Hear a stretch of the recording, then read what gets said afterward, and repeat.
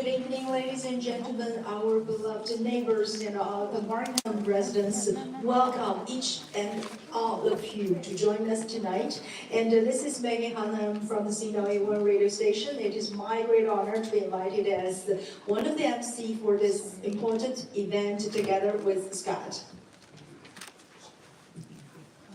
Good evening, I'm Scott Xie from Regional Council Host Office. I'm also happy to serve as one of the MC for tonight's event. So we have come together with a sad mission to make Markham and our community safer. So before we begin, I would like to go quickly with some important house rule and some information about this particular venue. And we are all sitting in the council chamber here at the Markham Civic Center. So there are two exits located on the left and the right sides, and the washroom are located in the lower level in the great hall of the Civic Center. So to reach them, you have to exit the chamber and then walk down the stairs. And if you need any assistance, please raise up and let our volunteers know, and they will help you. And there are three things I would like to ask your attentions. First, no food and drink is allowed in this chamber. And second, please kindly silence your cell phone during the meeting. And the third thing is for all the registered speakers. So when you are talking, please turn on the red button in front of you. And while you finish your speech, please remind to turn it off. Once again, we want to extend a warm welcome to all of you. And also, it would not be possible without the support of our hosts, community members, neighborhood watch group leaders, and our special guests. And now let's begin by acknowledging the land now we are gathered on. We begin today by acknowledging the traditional territory of indigenous people and their commitment to stewardship of the land. We acknowledge the community in circle, the north, west, south, and eastern direction, and Hodino, Sardi, Huron, Wantak, Anishinaabe, Seneca, Chippewa, and the Saga of the Credit peoples. We share responsibility with caretakers of this land to ensure the dish is never empty and to restore relationships that are based on peace, friendship, and trust. We are committed to reconciliation, partnership, and enhanced understanding. Thank you. And now please rise up for the national anthem.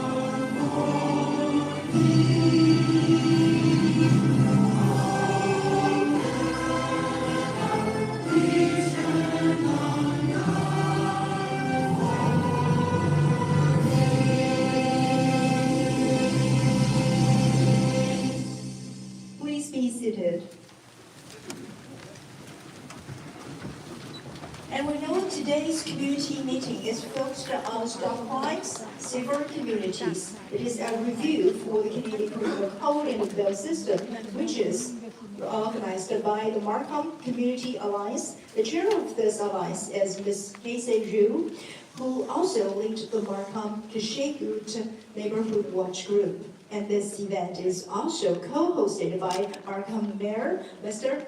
Frank Scarpini, and Regional Councillor, Mr. Alan Ho. And we would like to also introduce our special guest tonight. And first we have MP Paul Chen from Markham Unionville, and MP Majejo Hari, who is coming now. And then we have MPP Billy Pan, who is from Markham Unionville as well. And then we have York Region Police Deputy Chief Paulo da Silva. And we have York Region Police District 5 Superintendent Somi Dosanji. And we have York Region Police District 5 Inspector Bradwick.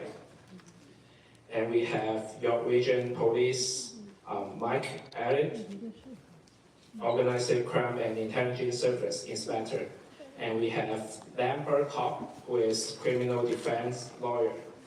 And also we have invited the following guests, but unfortunately due to the time conflict that they cannot come to attend in person, which is the Attorney General Arif Ferrari and the MP and our Minister for MP for the Markham Thornhill, the Minister Mary Ann, and the MP for the Markham Stroville, Helena Jensen, and the Attorney General Ontario, Doug Dowling, and the MPP for the Markham Thornhill, MPP Logan Knapathy, and the MPP for the Markham Stroville, MPP for Paul Landra, and the Chief Superintendent of the OPP, RCMP Chief. And we would like to extend a very special thanks for our two Chinese translators, Maxi and Tanya. They have been going to provide the simple Chinese translations while our guests are delivering their speeches and the presentations. And also we're going to assist in the Q&A sessions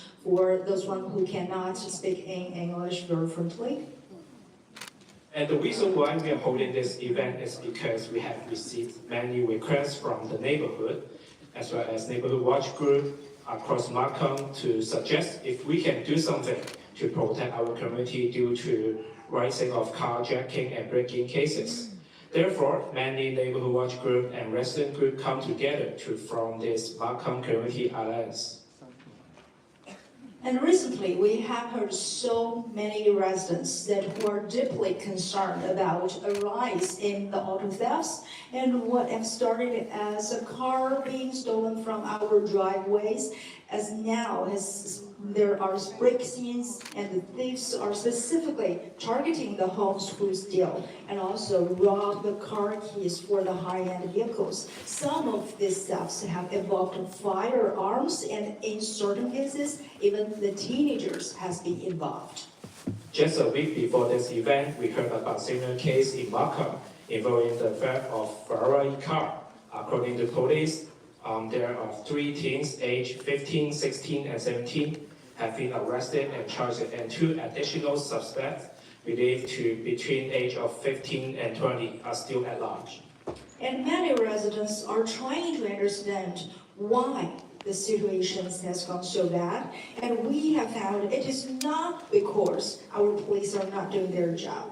Actually, our police officers have launched many programs, such as Operational Auto Guard, to fight auto theft. However, as we see in the news and we can hear from our neighbors, the thefts are becoming more serious. The thieves are now targeting expensive cars and even robbing the vehicles from our garage rather than just taking them from the driveways. Residents believe that the problem is partly due to the current criminal code and bail system. Residents feel that the consequences of criminals are too low, as those caught by police are often released on bail quickly, and think that a significant contributing factor to this rising in crime is a failure of current bail process to keep repeat offenders off the street. Too often, individuals arrested for serious crimes are grabbed, bailed, and quickly returned to community where they continue to endanger the public. The existing system is putting law-abiding citizens at risk, while dangerous offenders are not being held accountable for their actions. So our residents believe that the time has come for a comprehensive and a review of our Canadian criminal code, especially for the bail process.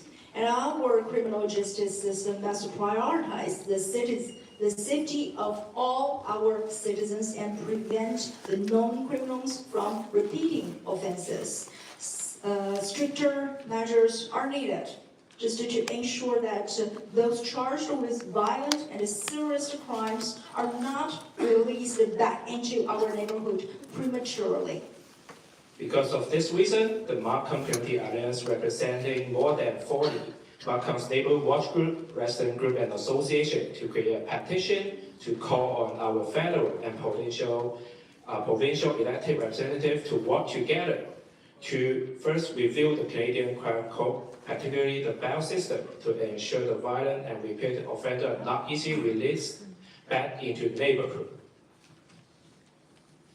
Second, increase penalty for repeat offenders and those involved in organized crime, which has been a major contributor to spike in vehicle-related crime in York region. Third, provide additional resources to local law enforcement agencies, enabling them to better protect our community from the rising threat of violence.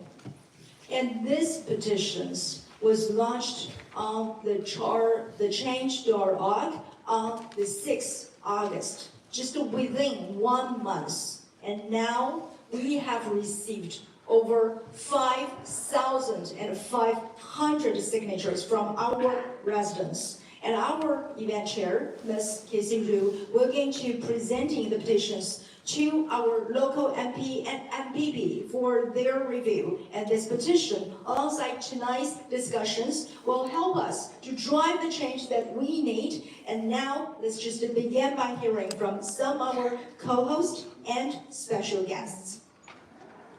Now, please join me in welcoming Regional Councillor Alan Ho, who has been a strong supporter of community safety and is also one of the co-chair of our meeting tonight. Thank you. Good evening, honored guests, ladies and gentlemen. First of all, thank you so much for your coming out tonight on a rainy Friday evening. Just for your information, we have less than 300 seats inside the chamber. However, we have more than 300 people confirming to come. So for those people who are standing, please do not find a seat. Because when you see the Markham, we have a culture that we usually finish our meeting after midnight. Hopefully, we will not facing this kind of situation tonight. Although we always schedule our meeting for 2 hours, but from time to time, from 7 to 12 or even 1 o'clock. So please come down to find a seat, please. And first of all, I would like to extend my warmest welcome to everyone gathered here today for this special crime prevention forum. We come together during a time of significant challenge, but also great opportunity. I'm grateful for such a diverse and committed group of attendees, like concerned citizens, community leaders, legal experts, law enforcement officials, and policy makers, all united by a shared goal to enhance the safety and security of our neighborhoods. The recent surge in repeated offenses, particularly carjackings and home invasion, is alarming. And too bad from time to time it involves also weapons and also violence. These crimes not only threaten the safety of individuals and families, but also erode the sense of community and trust that binds us together. This increase demands urgent attention. innovative thinking, and most importantly, action. We really need to do something together. Today, we gather to shine a light on the effectiveness of our current criminal codes and bail systems. Are they truly serving their intended purpose of protecting society while offering a pathway to rehabilitation for offenders? Or are there critical gaps that allow repeat offenders to slip through, perpetuating a cycle of crime and fear? A circle of crime and fear. It is questions like this that we must confront with courage and clarity. As we all know, our criminal justice system is founded on principles of justice, fairness, and rehabilitation. However, when crime patterns evolve and become pervasive, as we are witnessing now, it is imperative that we reassess and adapt our approach. Reviewing and potentially reforming criminal codes and bail policies is not a sign of failure. Rather, it is a testament to a system that is responsive and resilient in the face of change. During our discussion today, let us keep focused not only on the statistics and policies, but also on the human lives behind them. Every carjacking and home invasion is more than a crime. It is a profound violation of personal space and security. It affects real people, our neighbors, friends, perhaps even our own families. Our solution must be as compassionate as they are pragmatic, acknowledging the complex social factors that contribute to criminal behavior.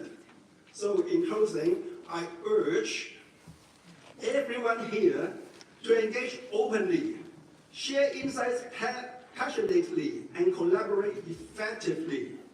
Together, I'm confident we can develop strategies that do more than just address crime. We can work towards preventing it, building stronger, safer, and more resilient communities in the process. Thank you for your dedication, your voice, and your resolve. Let's begin this vital conversation with a shared vision of a safety community and a safer tomorrow for all. Before I end, it is my great pleasure, to be here alongside with our mayor, and also I would like to acknowledge, our council members, starting from Regional Councillor Jim Jones, thank you, Ward 2 Councillor Rich Lau, Ward 7 Councillor Nathan, and Ward 8 Councillor Ethan Lee. Thank you so much for your coming. I would speak in Chinese, to summarize what I said in 50 words, Chinese words, very short. 谢谢各位，今天来到这里，希望大家尽量的问没有人问到的问题，和交流一些没有人提过的观点和分享。谢谢各位 ，Thank you. Thank you, Councillor Howard, and thank you so much for your inspiring speech. And now let's welcome our worship, the Mayor of Markham, Mr. Franz Rapiti, and also the co-chair of this event. I know that who is working really hard for the safety of the Markham. Going to share a few words with us. Is that okay? Thank you very much. Good evening, everyone. Lei Ma, Ni Hao, Da Jia Hao. Welcome to the Council Chamber. Two things before, maybe on a less serious note, is if you can say all of that in 50 words, I want all of your speeches to be because they're shorter in Chinese, right? Maybe you won't mind in Chinese too. And also to say, I thank all of you for coming out on a Friday night. because this is obviously a serious concern of yours. And so great to all have you here. But looking that we have 1, 2, 3, 4, 5, 6 members of council here on a Friday night, I think we're going to switch our council meetings to Friday nights, so we have a better turnout. But so thank you to all of you. Certainly thank you to our Member of Parliament, Paul Chang, to our Member of Provincial Parliament, Billy Pang, and I'll get to some others in a moment. I want to say a special thank you to Regional Councillor Alan Ho for asking me to be a co-chair, but really looking after the logistics of holding this meeting. And I want to say a special thank you to Kathy Rude as the chair of the Markham Community Alliance, because I know that you as well, the petition and other work that you've done, worked very hard to put this evening together. And it really is great to see you here, because I think it's better for us to be together when we have concerns in our community. I think it's probably frustrating and we don't feel connected when we don't feel safe, or maybe we want to express some things and there's no one to express them to. So I really do appreciate meetings like this, to be able to bring people together so that we can share information, concerns, and that we are also making sure that we're hearing correct information. I think this is very important, because whenever you have fear, whenever you have doubt, if you have misinformation, that fear and doubt only gets worse. And so I really value meetings like this. And I want to say a thank you and a warm welcome to Deputy Chief Paula De Silva, and also to Superintendent Desage, and to the rest of the team from York Regional Police that are here. I can tell you, as someone who sat on the Police Services Board, chaired the Police Services Board, our York Regional Police are an amazing organization. They take their work seriously. They take their work home sometimes, even when they don't want to. They are bothered, they're disturbed by some of the things that they see in our community and the surrounding area. And so I thank you, all of you, for your commitment to the profession and to keeping us safe. And I really do say that not only for the individuals that are here, but the men and women who are out there this evening on a Friday night, because I think they do have an amazing job. Kathy, I don't know if you chose Crime Prevention Week in Ontario to hold this particular meeting, but it's perhaps a very good timing, because it's an important week, crime prevention. And that's an opportunity for us to, again, share information, talk about the things we can do collectively to prevent crime in our community. And so this event serves as a reminder that, yes, the police are there, they're doing their job when it comes to fighting crime, but I'll say more broadly, keeping our community safe. That responsibility falls on all of us, because if we say it's just your problem, York Regional Police, that's not going to really be able to support the community in the way it should be supported. They will do their job. I can tell you, as the chair of York Regional Police, your money has been well invested in some great tools for them to do their job. Everything from the police training center. I don't know when the last time you had an open house, but one day you should do an open house so that people can come and see the amazing training that our police officers get at that training facility. Certainly to the helicopter, certainly to the business analysis system that they have, that in fact sometimes helps them predict where crime is going to happen. With all those tools and with all the training, that's still not enough. We have to look out for each other. So if we see something, say something, don't hesitate to call. If there's something that you don't feel right about, either in your neighborhood, in a parking lot, in one of our plazas, no matter where you are, take the time to report it, because you actually could be stopping a crime, you could actually be saving someone's life.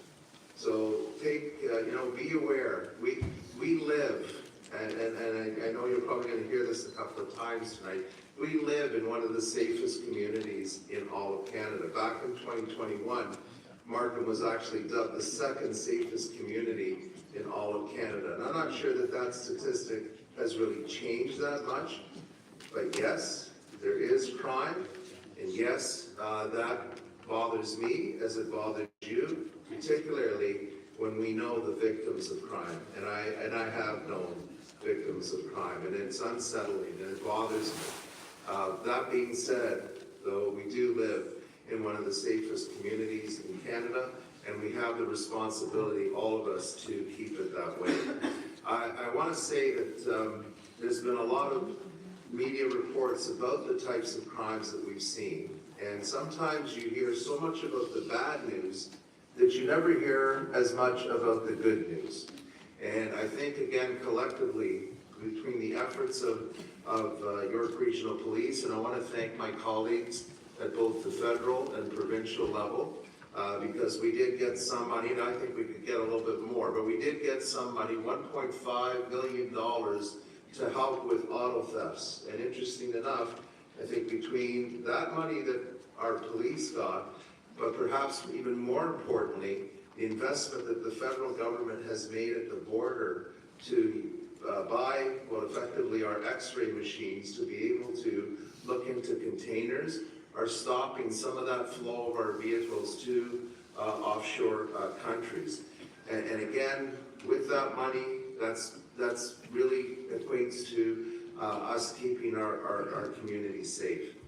I do want to hear from you this evening, and I will say, I had to remember, but it was actually 4 years ago that the GTA mayors and chiefs at the time got together, and much of the issues that we're talking about today kind of we're talking about again. I will say back then we were asking both the federal and provincial government to take certain action. Certainly bail reform was one of them.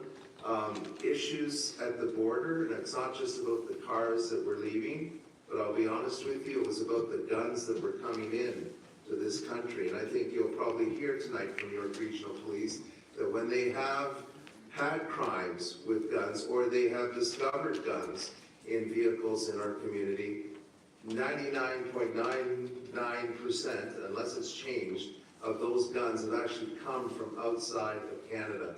And again, I know there's been investments that have been made at the border.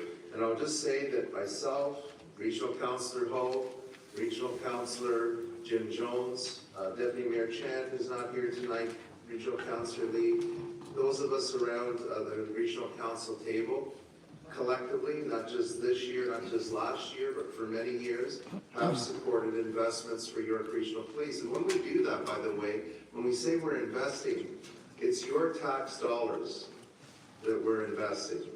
And I think, well, I do believe it is important to continue to invest in police.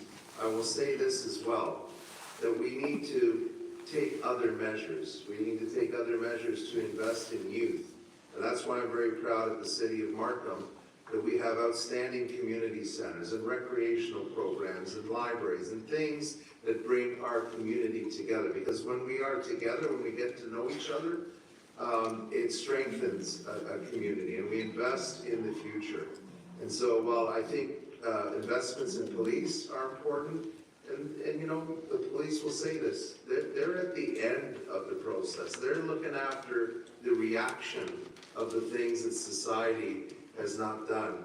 And I want to thank all of you tonight, whether it's at your place of worship or your service club or another type of organization, the work that you do through those organizations to strengthen our community, that's an investment in young people, that's an investment in keeping the community strong.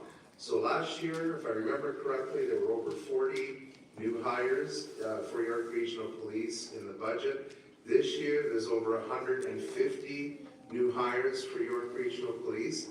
And next year, in next year's budget, it's projected already, would be another 150 new hires. Now, I made this point yesterday at Regional Council because we just actually were dealing with the police budget.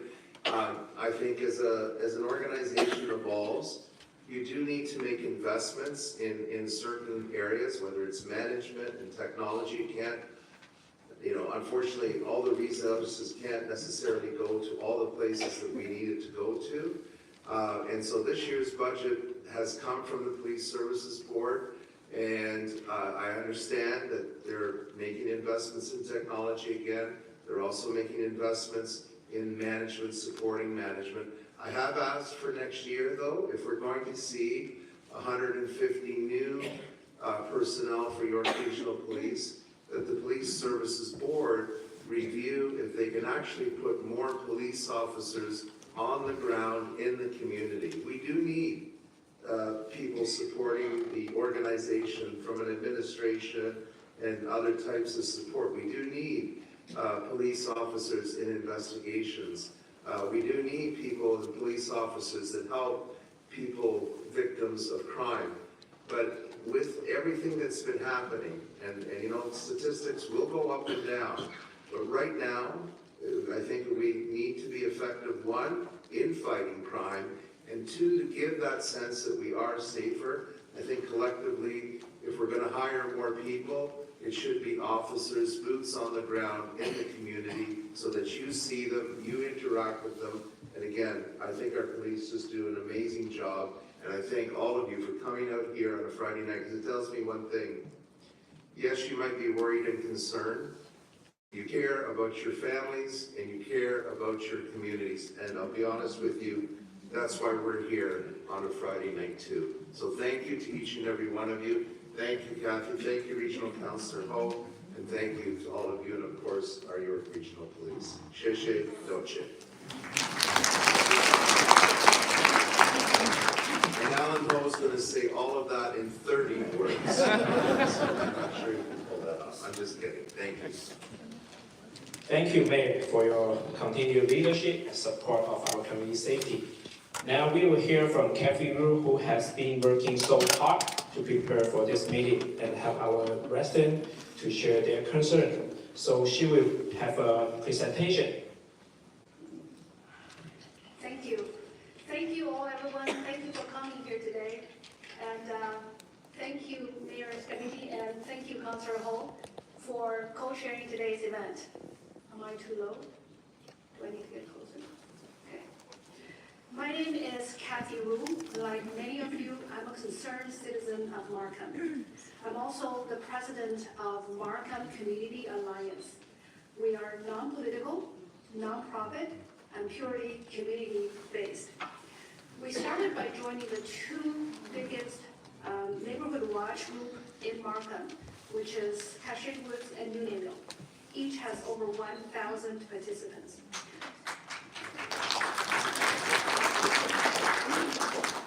We then extended our invitation to more than 20 other neighborhood communities to join us, because we believe together we can not only exchange information, we can share strategies, and we can do a better job at crime prevention. Today we gather here because we have a petition to deliver. About a month ago, on October 6th, we launched a petition. It is named Stop Crime, Safer Community. I'm proud to say that as of noon today, when we declared victory of this petition, we have collected online 5,396 supports. On paper, we have close to 100, and maybe more, as some people was just coming in to signing up. Tonight, we will present the result of this petition to our elected officials and ask them to bring our voice to the Parliament. Why are we doing this? Well, first of all, we can see it. Carjackings, robberies, home invasions, aggressive car thefts, all have become more too frequently recently. Second of all, we can feel it. I mean, our wallets can feel it. Many of you would experience the same thing as I had experienced. our car insurance, my car insurance has gone up by 40% in the last 2 years, and I did not even lose any of my cars. I mean, you probably have the same experience when you call your insurance company, the moment you give them your postal code, the quote may go up. So we can feel it. Third of all, we can hear it. Just the other day, I overheard 2 young drivers exchanging strategies of what to do if they feel they have been followed. One said, I would drive home, and the other one said, no, drive to the nearest police station. That's what my coach told me. So do we want to live in fear? Do we want our children to live in fear? It may not happen to me, but I would always wonder, can I go to the grocery store tonight by myself? Am I going to be robbed? It's the fear that controls what we do.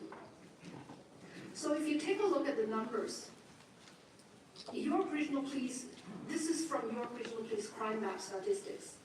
Overall in York Region, the car set has gone up by 240% from 2019 to 2023. And with Markham taking a lead, a whopping 309%. Ladies and gentlemen, these are not just numbers. They are our families. They are our neighbors. They are our friends. I'm sorry, I forgot to pause and translate. Sorry. 这些数据显示了从2019到2023年间，犯罪率急剧上升，尤其是汽车偷窃相关的上升了240.64%。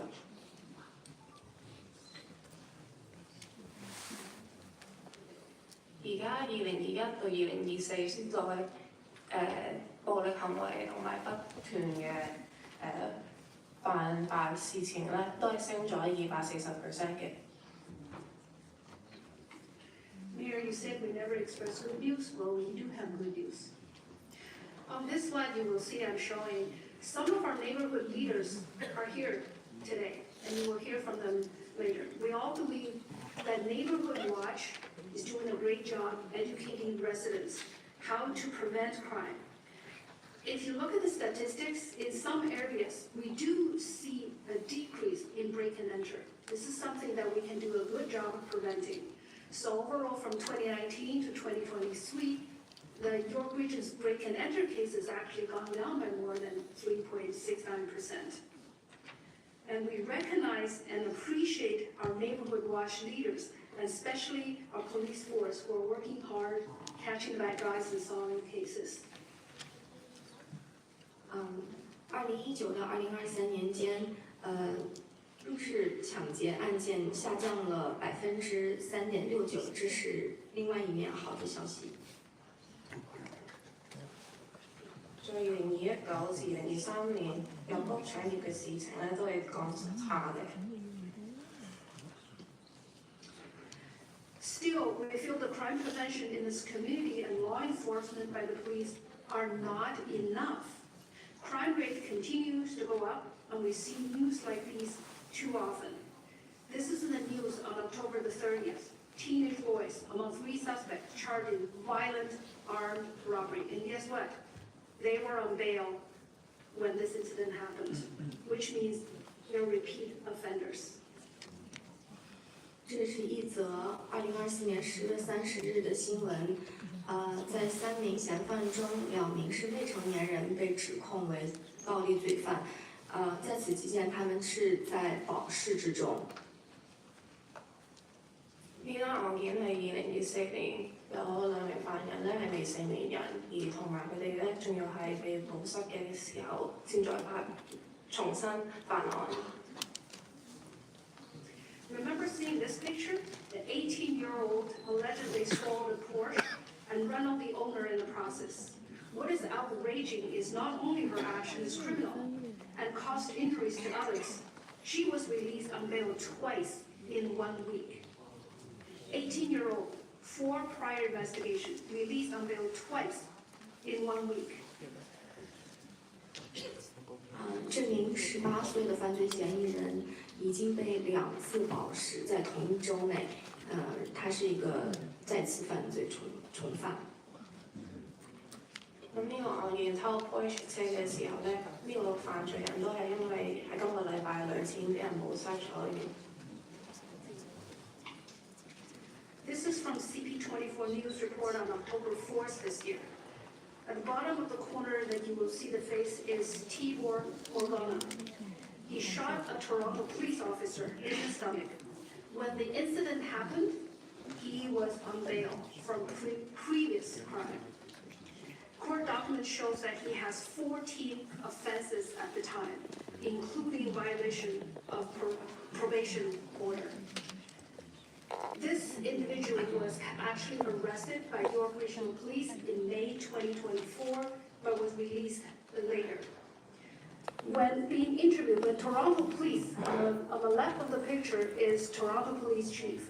When he was interviewed, he said, and I quote, "I think it speaks to the broader issue that we hear about time and time again, which is a bail system where we see repeat violence offenders out on the street. I think we need to continue our efforts to find a legislative framework that meets the expectation of Canadians." End quote. 这一则新闻是在 CP24，这一名嫌犯枪击了警察，在他枪击警察的时候，他依然是在保释期间，并且有41项暴力犯罪的指控。这个嫌疑人他在2024年5月份的时候才刚刚被释放，可见是我们的保释系统导致了反复的犯罪。呢個事故咧就係有個18歲嘅男人射擊另外一個警察。咁之前咧佢已經俾人逮捕咗，仲要係俾約克區嘅警察逮捕，但係之後俾人放咗，所以再次發生呢件事案。If crime prevention has reached a ceiling, if the police can catch them but cannot keep them behind bars, it is clear that something needs to change. We need to consider here, should we give them chances again and again? These cases have sparked extensive debate around the bail system. What is also alarming to us is how young these offenders are. Look at these, all suspects have prior cases, and I was wondering where they are today. Some of these, I cannot even find their name, cannot even find their pictures because they're under 18. Their names have to be protected. 对于这些反复犯罪的情况，尤其是很多罪犯是未成年人，他们的隐私得到了保护，我们不能够把他们放在监狱中，很多他们的头像都不能显示在这里，因为是未成年人。睇到咁多呢啲案件嘅時候咧，就真係令人以為我哋真唔真係應該俾佢哋第二次機會。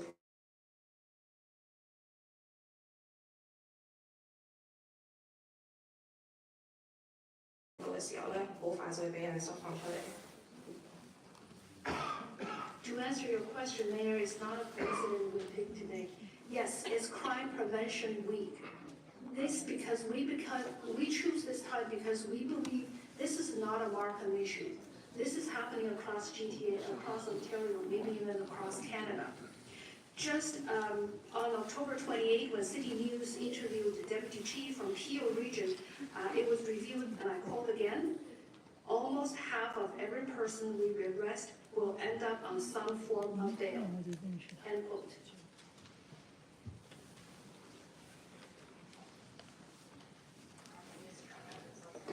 以上这些已經不是萬錦市的一個問題，而是整個城市的一個犯罪問題。呢個問題並唔只是我哋 Markham 嘅問題，而 Peel Region 嘅時候，因為我哋嘅西邊都有同一個問題。咁我哋而家就認為，我哋嘅保釋方法係咪有咩出差？ Currently, the catch and release is deeply frustrating for concerned law-abiding citizens. We feel increasingly vulnerable while the repeat offenders are getting more and more familiar with their criminal activities. Sometimes we will see a video footage of thieves with their face clearly exposed, and they don't even care. They don't care about being caught on camera or they being caught by the police because they knew they were going to get out even if they do get caught. So we strongly believe that our bail system must be reviewed and reformed. The current approach seems to be prioritizing the rights of the accused over the safety of our community. We believe this is a very important issue, and we hope it does not become a political issue. This is not about pointing fingers or assigning blames to any one level of government. Instead, we're calling on our federal and provincial governments to collaborate and take meaningful actions together.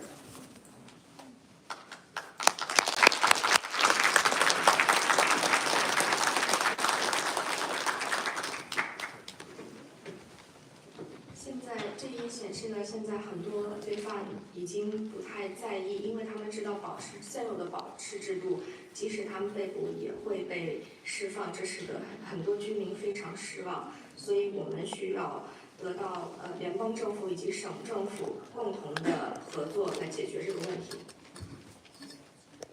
而家好多從業人都冇呢個恐懼，因為而家嘅保釋方法咧已經係實在無效，所以我哋應該要整個政府同我哋一齊合作，而幫助解決呢個問題。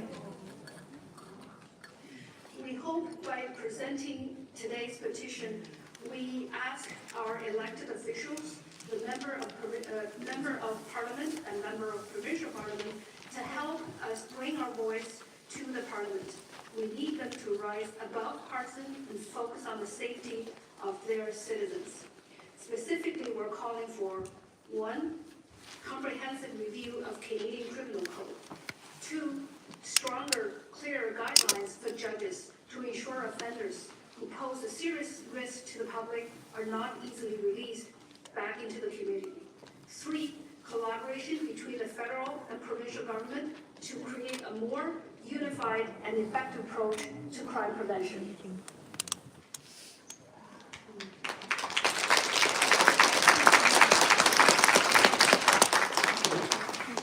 通过今天的动议，我们希望议员们将我们的声音带到联邦政府。我们的动议主要有3项内容：一是重新审视我们的刑法，和保释制度；2是增加对于重复犯罪的惩罚力度；3是对于警察和当地治安保机构的资源配置。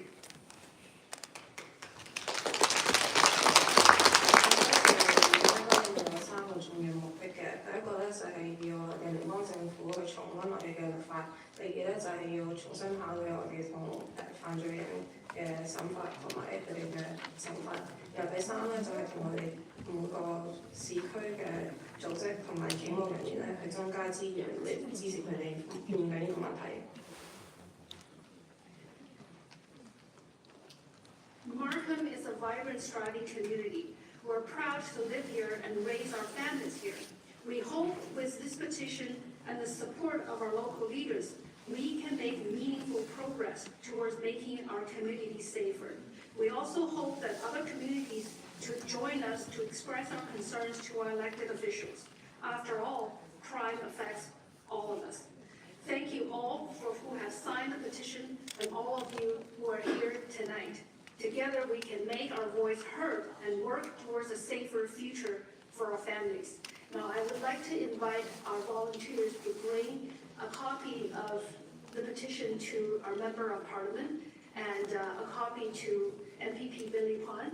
I will also have provided a courtesy copy for Mayor and a courtesy copy for the York Regional Police. My volunteers, please.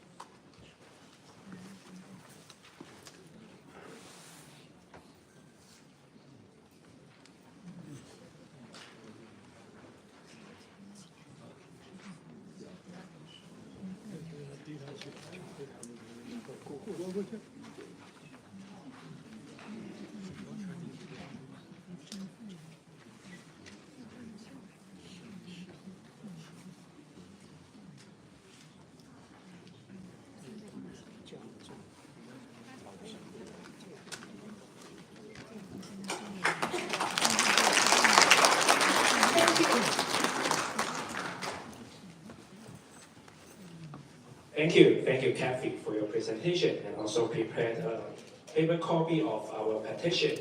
So next, we'll have Lambert Hawk, a criminal defense lawyer, who will provide information into the criminal bail system and its impact on crime.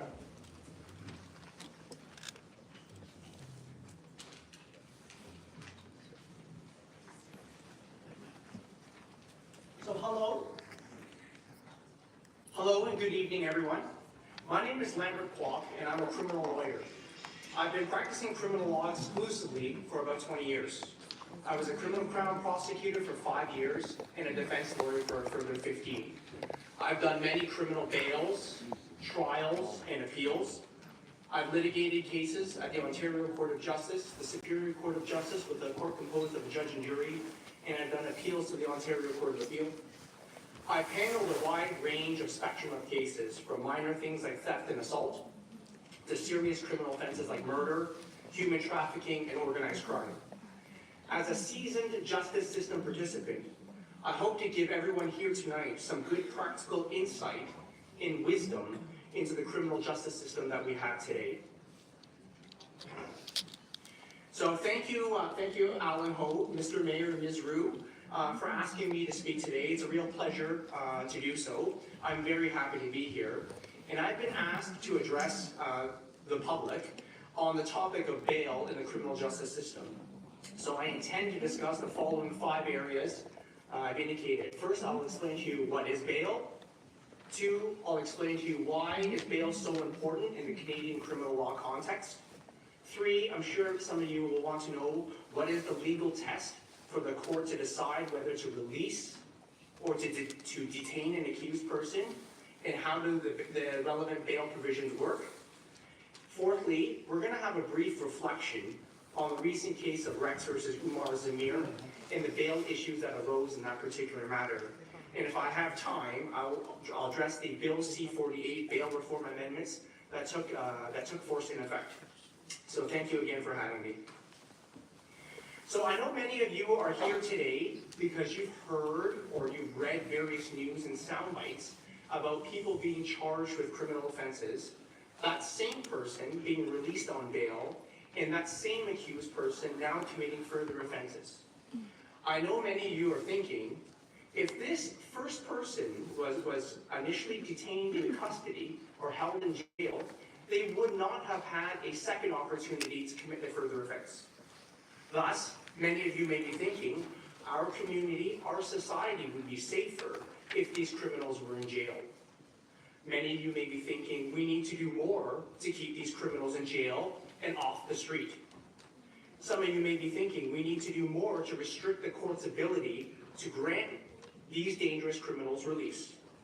We have to stop these criminals from committing further offenses. While this may be true for some accused persons, I am here to explain to you the legal significance and the importance of bail so you can make an informed decision about the issue of bail. I know many members here today oppose the notion of bail, and I think it's a very enlightened and intellectual approach to invite a criminal defense lawyer to speak to you today so that you can hear some of the various arguments in support of bail. First, what is bail? Bail is known as judicial interim release. When an accused person gets arrested for a criminal offense, 2 things can happen.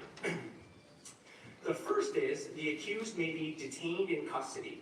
What that means is that the accused person will literally sit in jail while they wait for their trial date to come. That trial date can be as far as 30 months into the future. This is what we call as pretrial detention.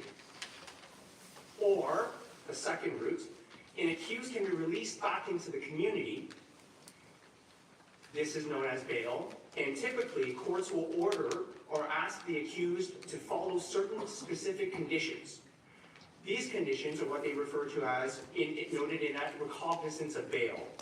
A court can order an accused person a number of conditions to ensure that the public is safe. They can ask for the accused to return to court when required.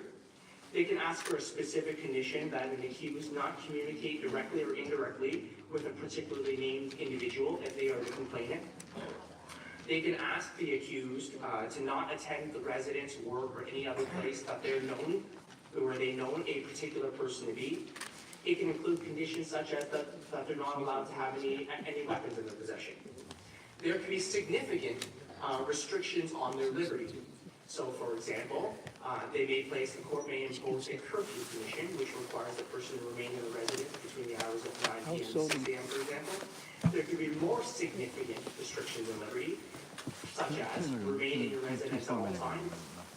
And even further, there could be a condition that requires the accused to remain in the residence at all times and be subject to GPS and electronic monitoring.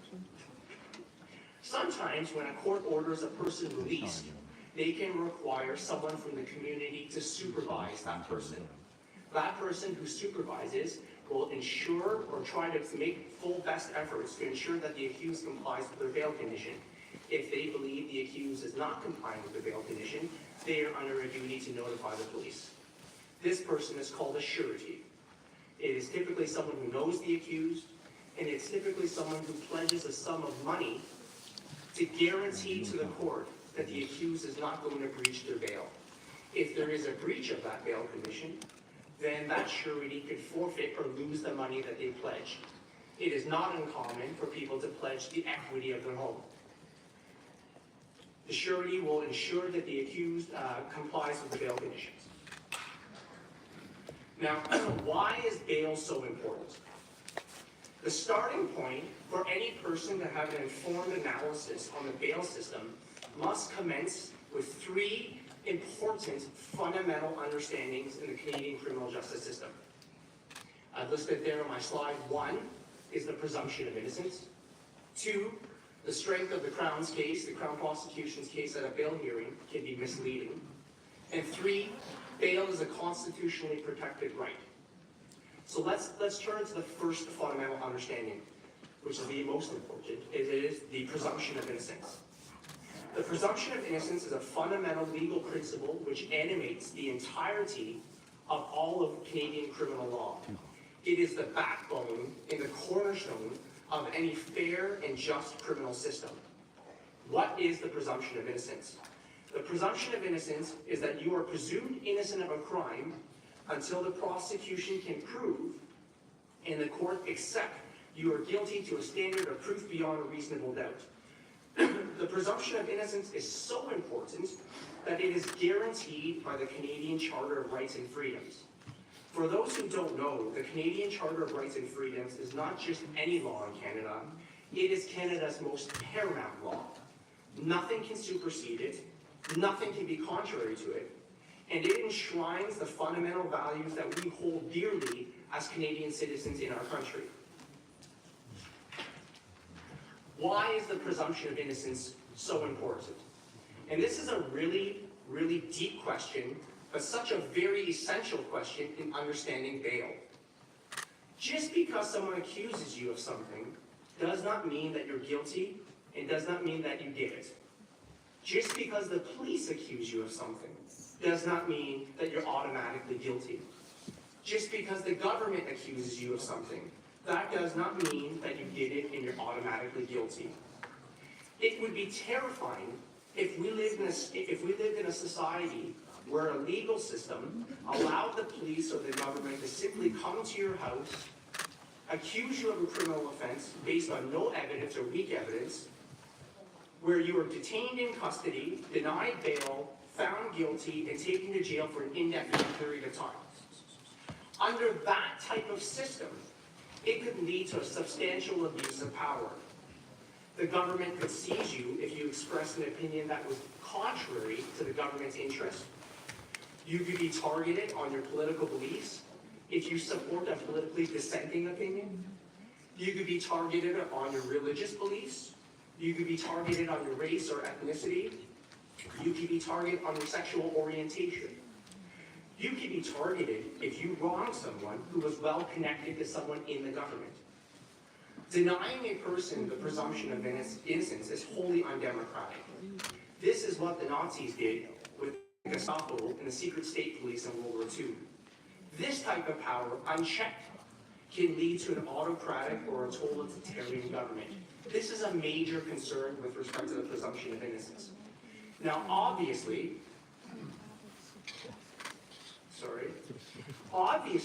pre-trial detention, if you're denied bail and you're held in custody while you're waiting your trial, is inconsistent with the presumption of innocence. Because if you are denied bail and you're sitting in jail, you are already in jail, you're waiting for your trial, which means you have not been found guilty of the offense. And essentially, the accused is serving jail time even though they still have the presumption of innocence. Because pretrial detention is inconsistent with the presumption of innocence, there have been many court rulings that have expressly held the following legal principles. Bail detention should be exercised with caution and care. Bail should only be denied in narrow circumstances where it is necessary to promote the proper functioning of a criminal justice system. Bail release should be the norm rather than the exception. Now, on a personal note, I have a wife and son. I don't want my family to live in a community where my house is broken into or where my car gets carjacked.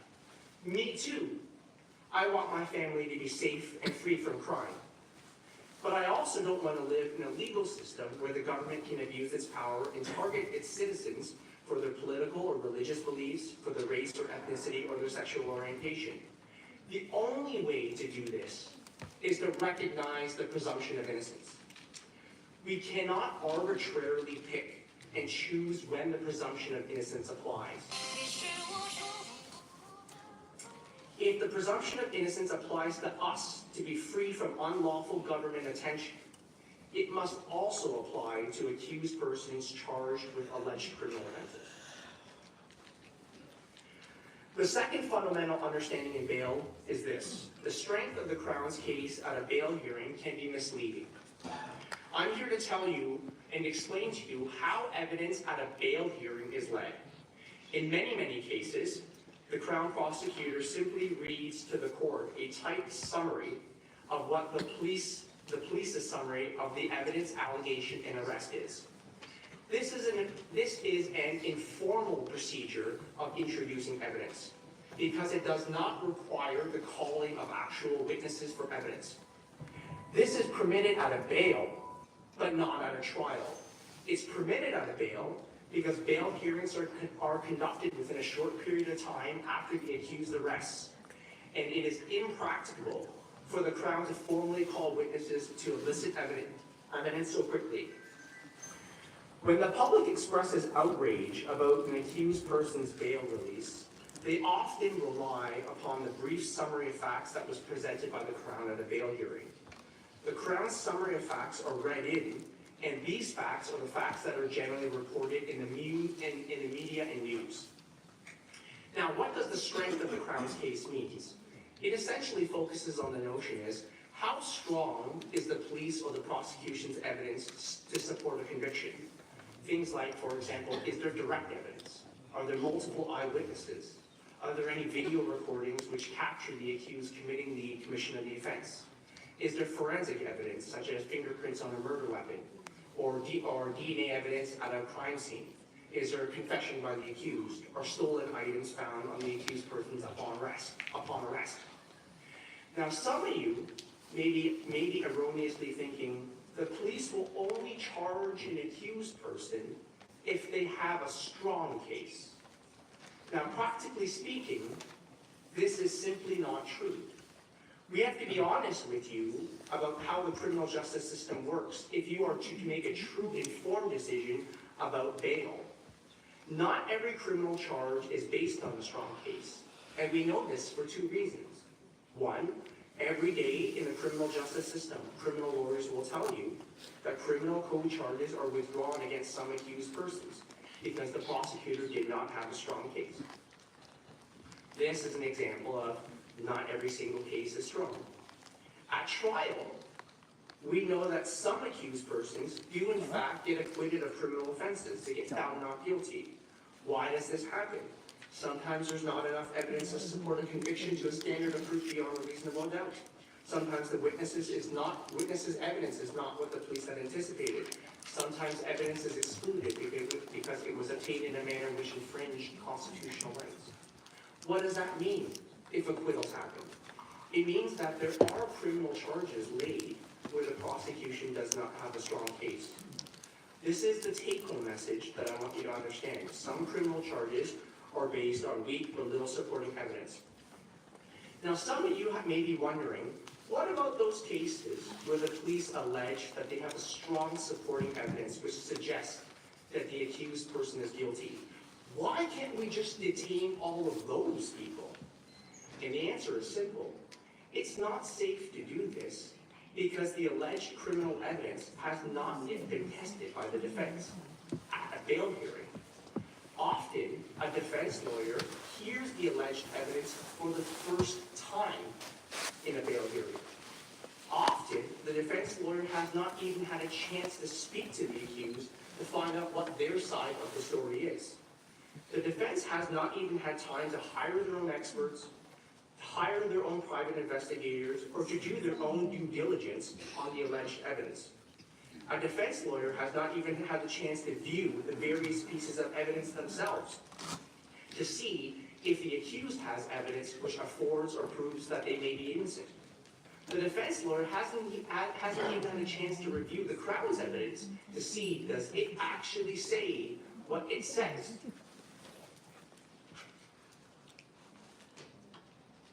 So you don't have to take my word for it. And I listed a few examples here. I want you to listen to what other respected criminal court judges have said about it. So in this slide, slide 9, it's a decision from Rex versus St. Cloud, 2015, Supreme Court of Canada, 27, at paragraph 57, where the court held an interim release hearing, that's a bail hearing, is a summary proceeding in which more flexible rules of evidence apply. As a result, some of the evidence admitted at this hearing may later be excluded at trial. As Justice Trotter notes, it may be difficult to assess the strength of the prosecution's case at such a hearing. The expeditious and sometimes informal nature of a bail hearing may reflect an unrealistically strong case for the Crown. This is the Supreme Court of Canada, ladies and gentlemen. This is the highest court of our nation. This isn't the only decision which has held that. The Ontario Court of Appeal, in a case called Rex versus Laframboise, 2005, Canley number 63758, at paragraph 38. The court held, there are few crimes of violence or of murder where one could not say the gravity of the offense, considered on its own with regard to the purposes of bail, justifies detention. There are so many other cases where the strength of the Crown's case appears at the pre-trial stage to be overwhelming, only to have it unravel as the trial progresses. I won't read this one. This is another decision, Rex versus AB, 2006, OJ number 394 by the Superior Court of Justice, also adopting the difficulties in assessing the strength of the Crown's case. The message that I'm trying to convey to ladies and gentlemen of the public is that it is unsafe to automatically assume detention is necessary based on the strength of the prosecution's case at the bail hearing. As time passes, that evidence can unravel, but due diligence and fairness require the defense an opportunity to be able to address that. The third fundamental understanding is that bail is a constitutionally protected right. Because we are presumed innocent, and innocent people have liberty, and the strength of the prosecution's case can unravel, bail has been held to be a fundamental right that is constitutionally protected. Now, I agree with many of you, yes, some accused people charged with serious offenses need to be detained in custody, yes. But, yes, some accused people charged with serious offenses should also be released. Bail should not be an automatic release or an automatic detention situation. It is a contextual approach. Courts must hear evidence from both sides if they're going to decide whether to release or to detain an accused. Bail is the fair balance between the cornerstone of presumption of innocence and the protection of the public society.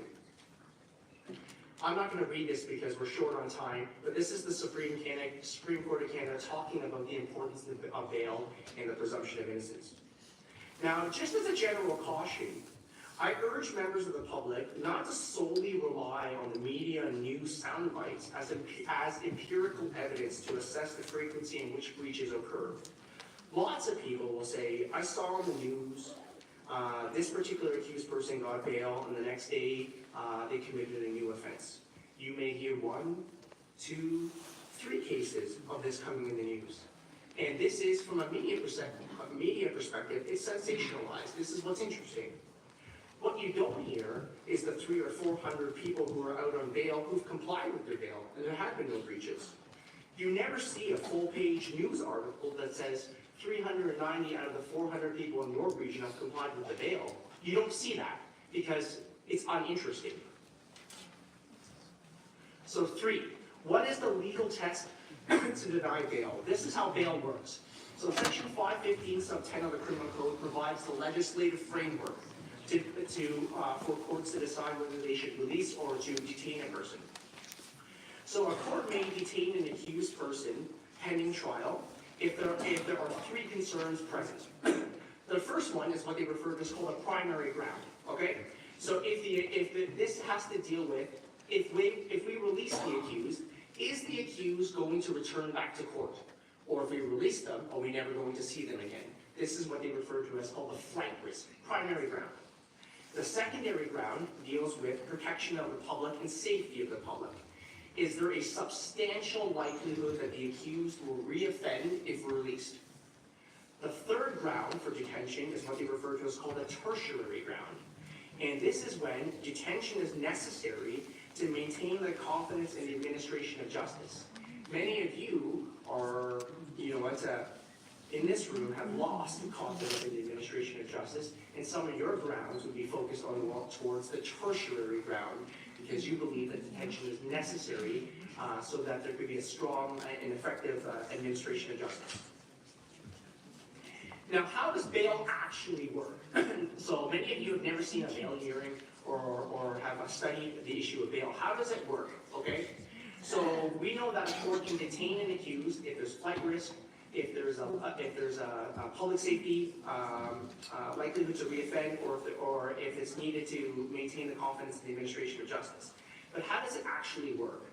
So Section 515 sub 2 gives what they refer to as called a crown onus bail. This deals with a presumption of release. And let me explain what I mean by a presumption of release. In order for the court to detain an accused, the prosecutor must establish that the accused is a flight risk or is going to reoffend or detention is necessary to maintain confidence in the administration of justice. If the prosecution fails to do so, the accused is presumed to be released. This is called a crown onus bail. But that's only one side of the coin. The flip side of the coin is what is seen in Section 515 sub 6 of the Criminal Code. This is called a defense reverse onus. And it's completely the opposite story. In a reverse onus bail situation, the defense must prove now, not the Crown, the defense must prove that there are no flight risk, likelihood to reoffend, or that detention is not necessary for the public's confidence in the administration of justice. If the defense does not do this, then the court orders the accused detained in custody. This is what they refer to as called the defense reverse onus. Now, many of you should be mindful that a reverse onus situation is much, much harder to secure bail than when it is a crown onus situation. Now, I know some of you may be thinking, how do you determine if it's a crown onus bail or if it's a reverse onus bail situation? And it's easy. The answer is two answers. The first answer is, if you are charged with specific enumerated offenses, it is automatically a reverse onus situation. So if you're charged with murder or treason, if you're charged with criminal organization offenses, terrorism offenses, if you're trafficking, importing, or producing drugs, you're trafficking firearms and weapons, if you're breaching your bail, your existing bail, or if you don't come to court, all of this is automatically a reverse onus situation.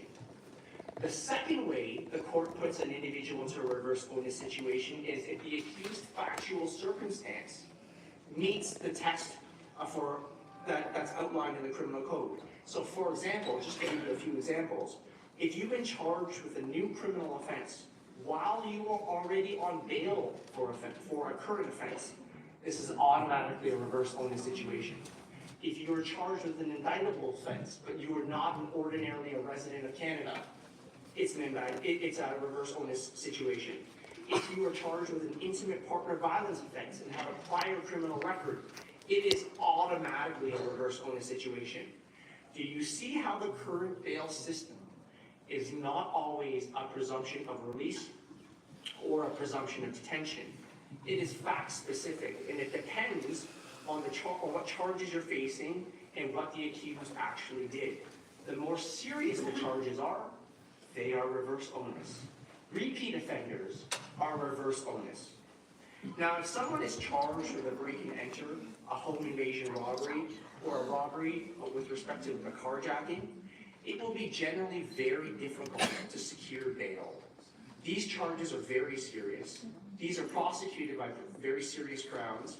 And for everyone to have an understanding, the starting point for sentences for break and enter, home invasion robberies, the starting point, if you get convicted, is 8 years in jail. For robbery, carjacking, the starting point is 3 to 4 years. That can go up if there are mitigating factors on sentencing. It can go down if there are mitigating factors on sentencing. If there is any evidence to reoffend, likely they're not going to receive bail.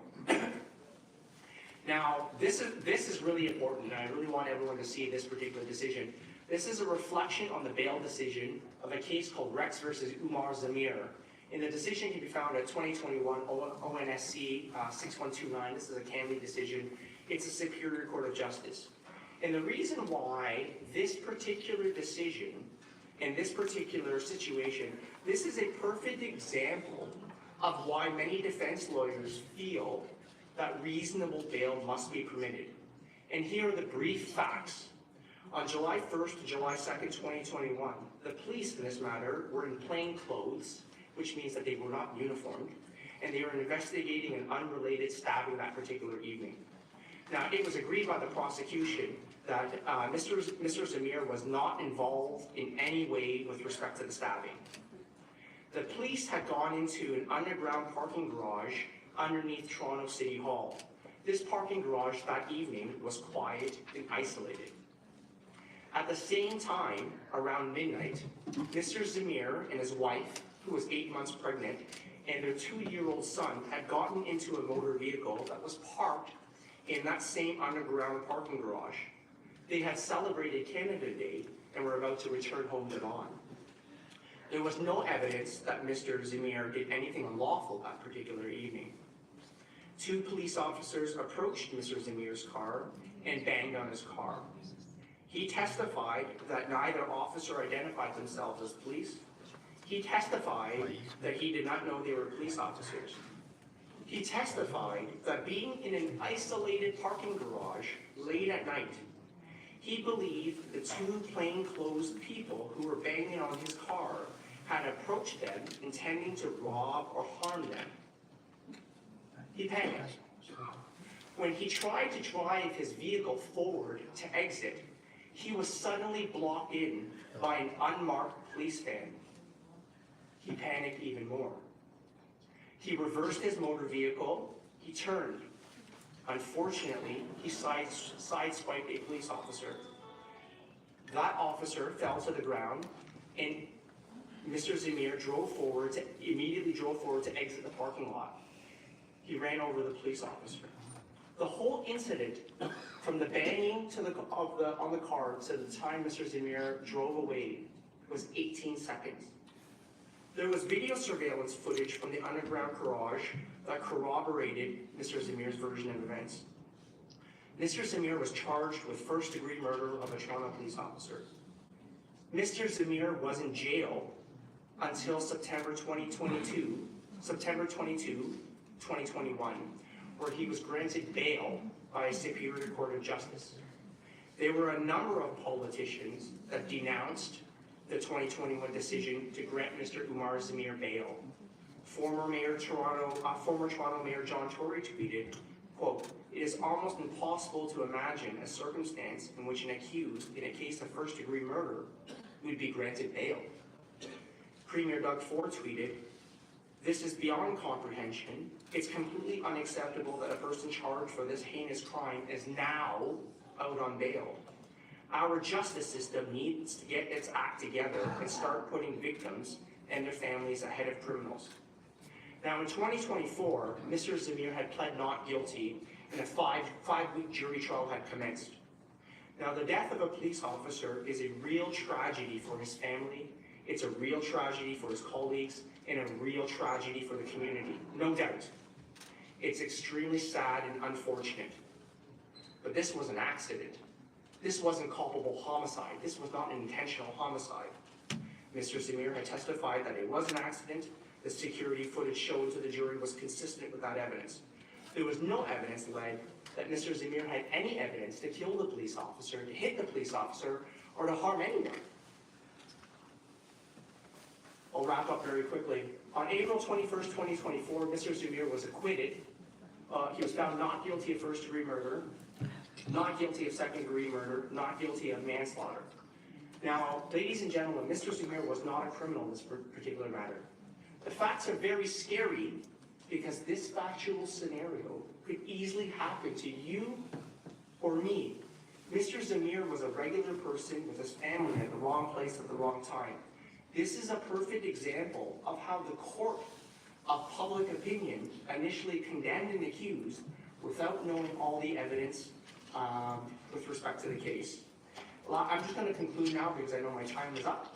I hope I haven't given you too much information to confuse everyone, and I hope everyone has had a chance to understand the arguments in support of bail and sees why bail is important in a just and fair criminal justice system. Yes, some people need to be detained, but also, yes, some people charged with serious criminal offenses need to be released. We need a reasonable bail system that can distinguish between the two. Thank you very much. Thank you, Mr. Paul, and thank you for sharing important information and valuable insight. And now please welcome to our Deputy Chief Paulo de Silva from the York Regional Police. He will going to give us the presentation on the updates on the current crime trends, ongoing police strategy, and what more needs to be done for all of us. Thank you very much, and good evening to all. As already indicated, my name is Paulo de Silva. I am the Deputy Chief in charge of operations, and I oversee all of district operations for York Region. On behalf of the Chief, our Chief, Jim McSween, I am here along with Superintendent Sonia Desange, who is the Commander of 5 District, Inspector Brad Week, who's the Inspector of 5 District, Inspector Mike Elliott, who oversees financial and organized property crime for the entire region of York. And I just want to briefly acknowledge once again our Mayor, Scarpitti. Thank you for the kind invitation. Regional Councillor Ho, MPP Bailey Pang, and MP Paul Chang. And obviously, Kathy Rue for your kind invitation for us to be here today.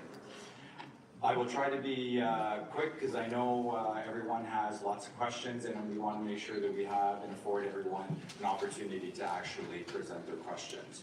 So my goal today, over the next couple of minutes, is just to give you a brief crime overview. Some of those statistics have been already provided to you.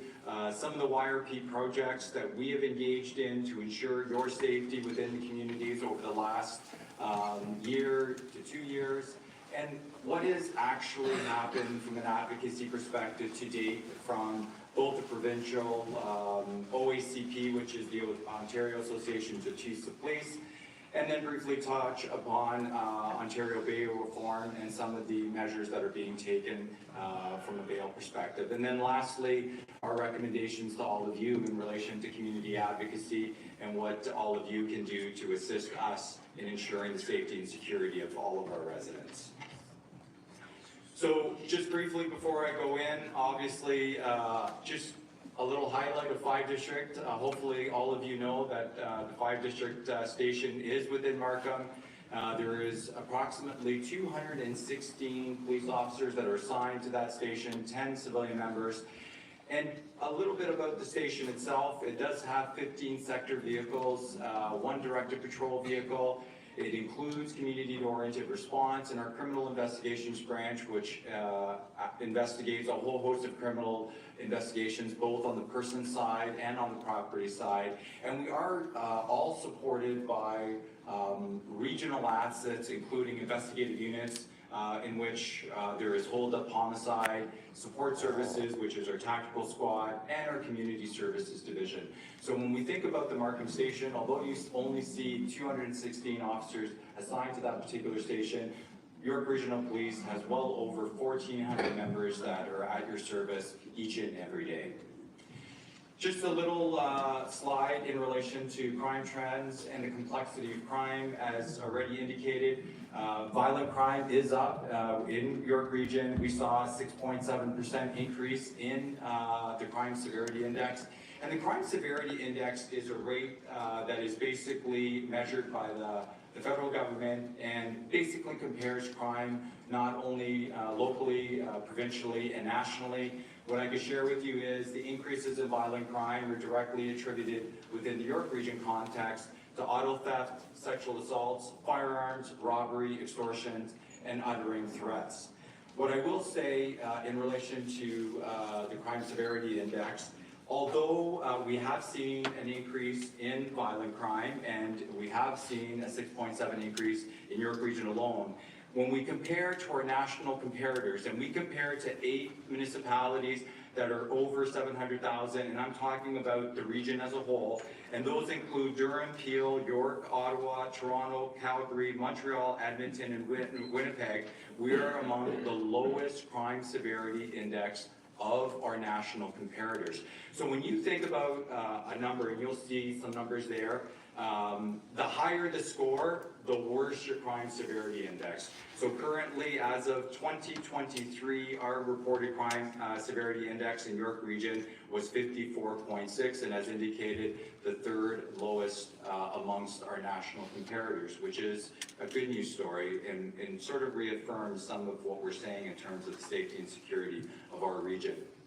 In terms of theft of motor vehicle, this slide is of no surprise. It has already been spoken to about the increases in theft of motor vehicles. I will not spend a lot of time here, other than the fact that obviously in Markham it continues to increase. However, in a subsequent slide, I do have some good news in relation to the theft of motor vehicle front. Break and enters, I do want to sort of point out, as indicated before, if we look at 2019, pre-pandemic, in Markham alone, break and enter stood at 742. As of 2023, we have seen a decrease, and that trend does continue to happen. So despite, there is a lot of social media presence about the amount of crime, but sometimes the facts are not supporting some of what we are actually witnessing within the community. When it comes to robberies, we definitely do see an increase in robbery trends, specifically within Markham. Those trends continue to increase. In relation to carjackings, home invasions, and auto thefts, so when we look at Markham specific and we look at the carjackings between January and December, or January and December of 22 to January, October, we see a trend of 24 in 22, a trend of 21 in 23, and then a trend of 31. So we have seen an increase in carjackings. In home invasions, we actually saw a decrease. We had 11 in 22, it stayed in 23, and then we saw to date, it's 10, but the end of the year is not yet upon us, so that number may change. And within the auto theft front, although within Markham specific, we did see an increasing trend in 2023, the good news is some of our measures that we put in place have actually seen a decrease of over 30%, not only in Markham, but across the entire region of York. So, what are we doing? Every single day, our officers within the station of Markham both in uniform and non-uniform capacities, are out within our community, ensuring the safety and security of all of you. So when we talk about different projects, as all of you know, we launched an initiative last year, Project AutoGuard, and thankfully to all of you. Because without your cooperation and participation, I don't believe that the trend of auto thefts would decrease. Some of the measures that you took on to prevent vehicle theft is actually working. Parking your cars in the garage helps. Installing tracking devices helps. Installing wheel lock and ignition locks help. Putting your valuables inside your house helps. And safeguarding your keys in Faraday bags helps. So when we talk about crime prevention as a shared responsibility, I see out into this room over 200 citizens that are very engaged in community safety and well-being. And as your deputy chief, I am very grateful for you being here and for your participation in making our community safe. When we talk about Neighborhood Watch and over 1,000 people participating in Neighborhood Watch, that makes our community safer. And thank you for doing that, because that is an applause for all of you. So let me give you a round of applause. We launched AutoGuard 2.0 once again this year, and we will see the results of that later on at the end of this year. We do have a provincial auto theft team that works in collaboration with our provincial partners. We've initiated a carjacking task force this year directly in relation to combating carjackings. Bail management. When we talk about bail management, so obviously our friends within the criminal defense system have elaborated on the provisions of bail, but we also know that there are members that do not comply with bail, and we have a robust mechanism through our high-risk offender unit and within our officers to actually check on those that are out on bail. Another project that we launched was Project Dusk, combating residential break-and-enters. Project Strike Plate earlier this year that handed out different locking mechanisms for residential security. We have an integrated property unit that focuses specifically on organized crime groups targeting residences. And then lastly, the divisional district CIB is focused on break-and-enters, commercial break-and-enters, auto thefts, and retail thefts. So here's a little bit of good news. So all of these efforts, with all of your efforts, we are actually year to date, when we look at assaults, attempt murders, break-and-enters, break-and-enter commercials, theft of motor vehicles, sexual violations, some robberies, homicides are up, theft over, weapons offenses, firearms, and weapons violations, we are trending down. So the good news is some of our measures are actually working. And this is not us, the police, doing it alone. This is also because of your efforts and your work in terms of crime prevention. So just in relation OACP advocacy, I won't go into all of this, but the Ontario Association of Chiefs of Police put forward a resolution calling for a number of measures in relation to auto thefts and auto thefts specifically. So I'm just going to go over a couple of them because I think that they're actually very important so that you actually know when it comes to actually combating auto theft, we've asked for all stakeholders, provincially and federally, to ensure serious penalties are applied to auto thefts. Auto thefts are still considered a petty property crime. They are not. These criminals are bold and brazen. We have seen all too often, they are smashing up police cars, they are running over police officers, they are trying to actively escape from actually being apprehended. So when we think about auto theft, it is not just a property crime, it is serious organized crime within this country. We want to work with manufacturers to make vehicles more difficult to steal. because they are, in some cases, easy to steal.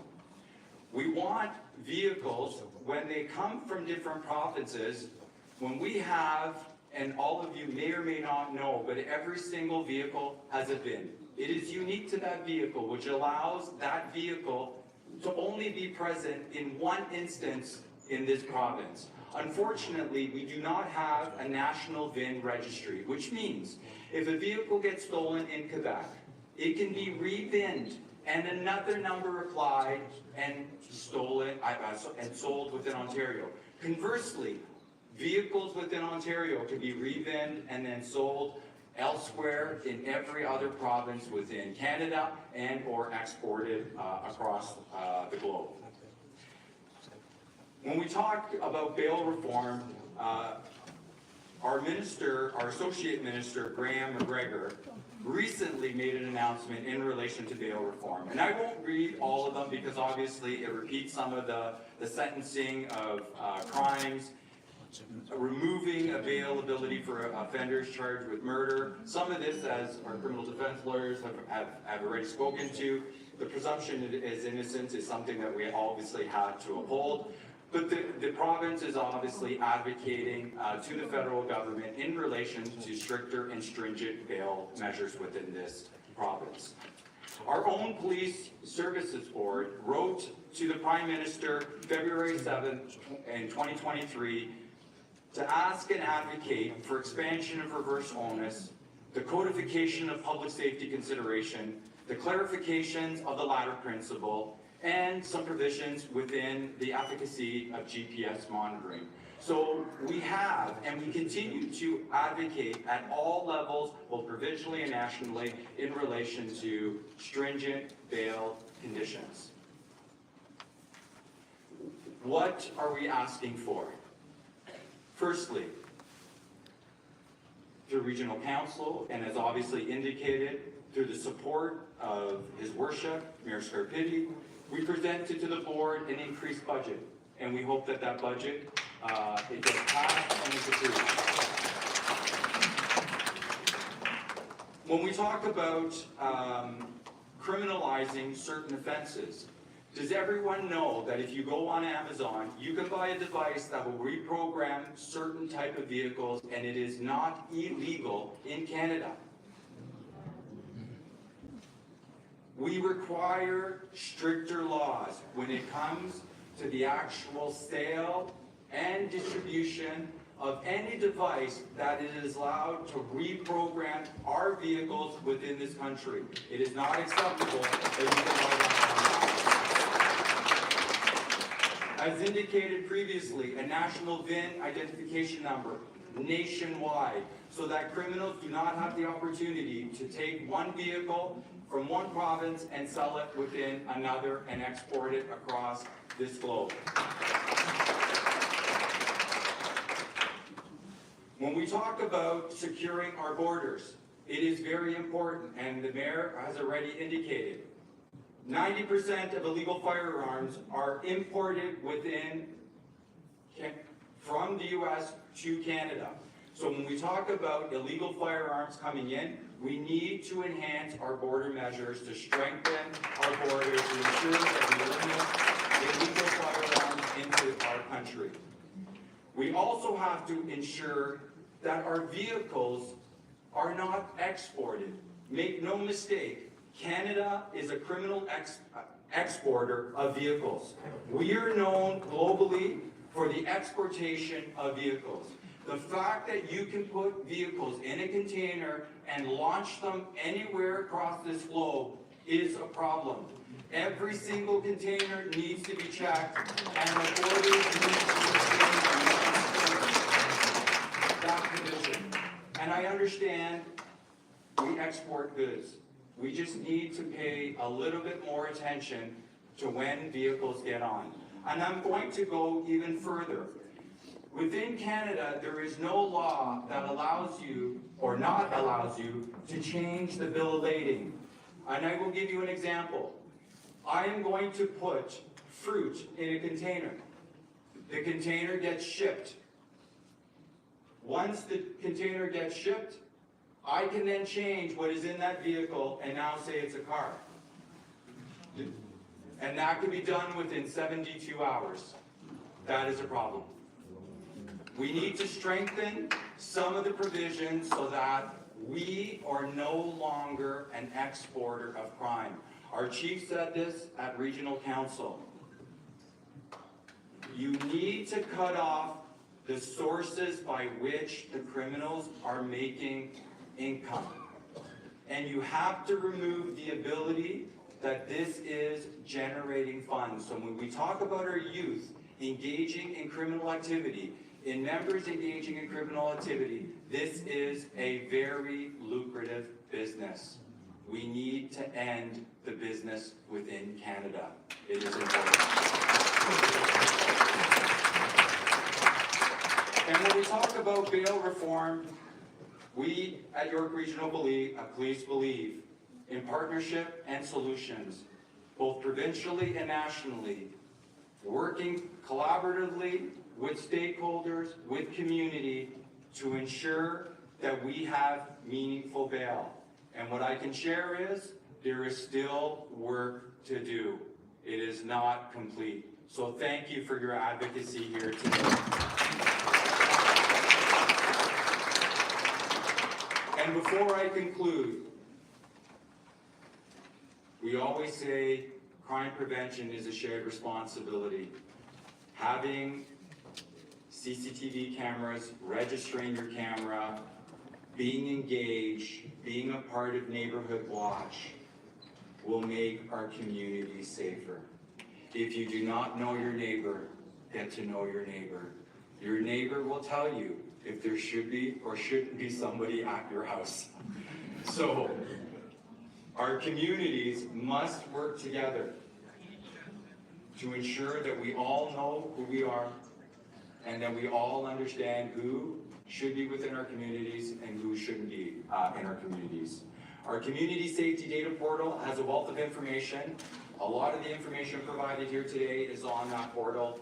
And with that, I thank you. And I thank you once again for being here, supporting York Regional Police, advocating for your community safety, and know that York Regional Police continues to do all that we can for all of you each and every day. Thank you.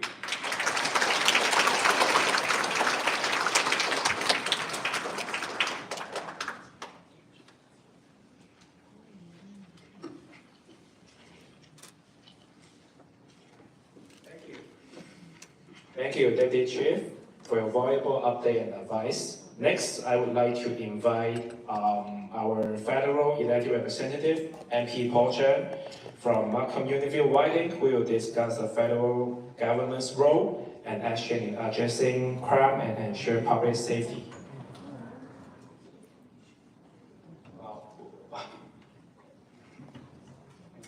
Well, it's okay, because you are from federal, and you should be go first.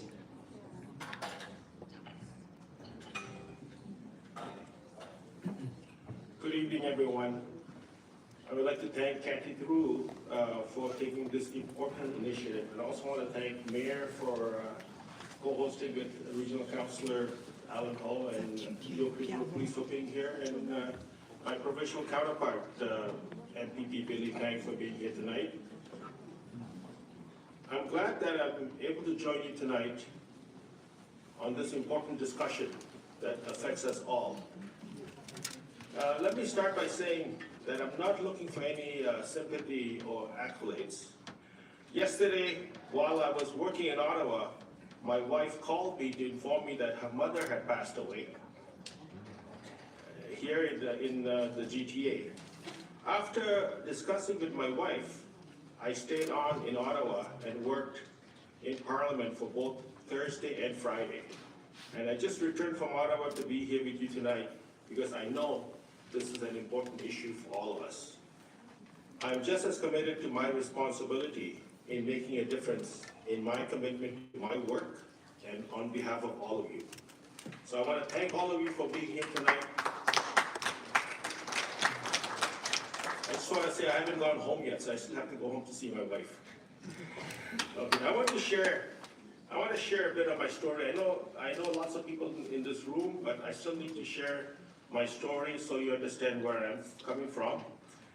I, like many of you, are immigrants to Canada.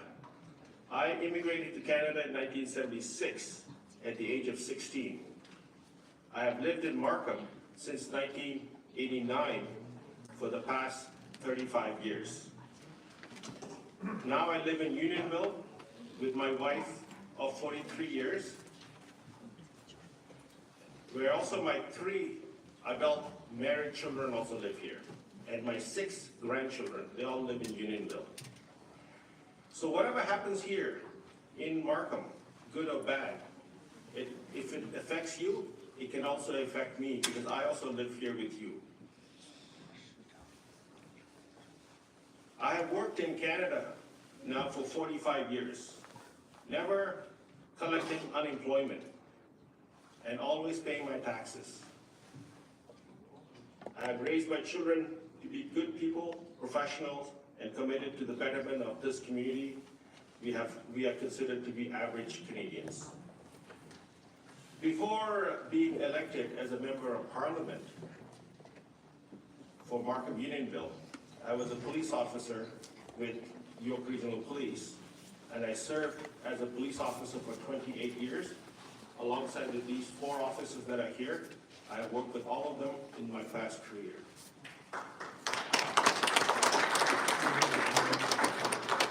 My last 15 years of policing was in a unit called Diversity and Hate Crime.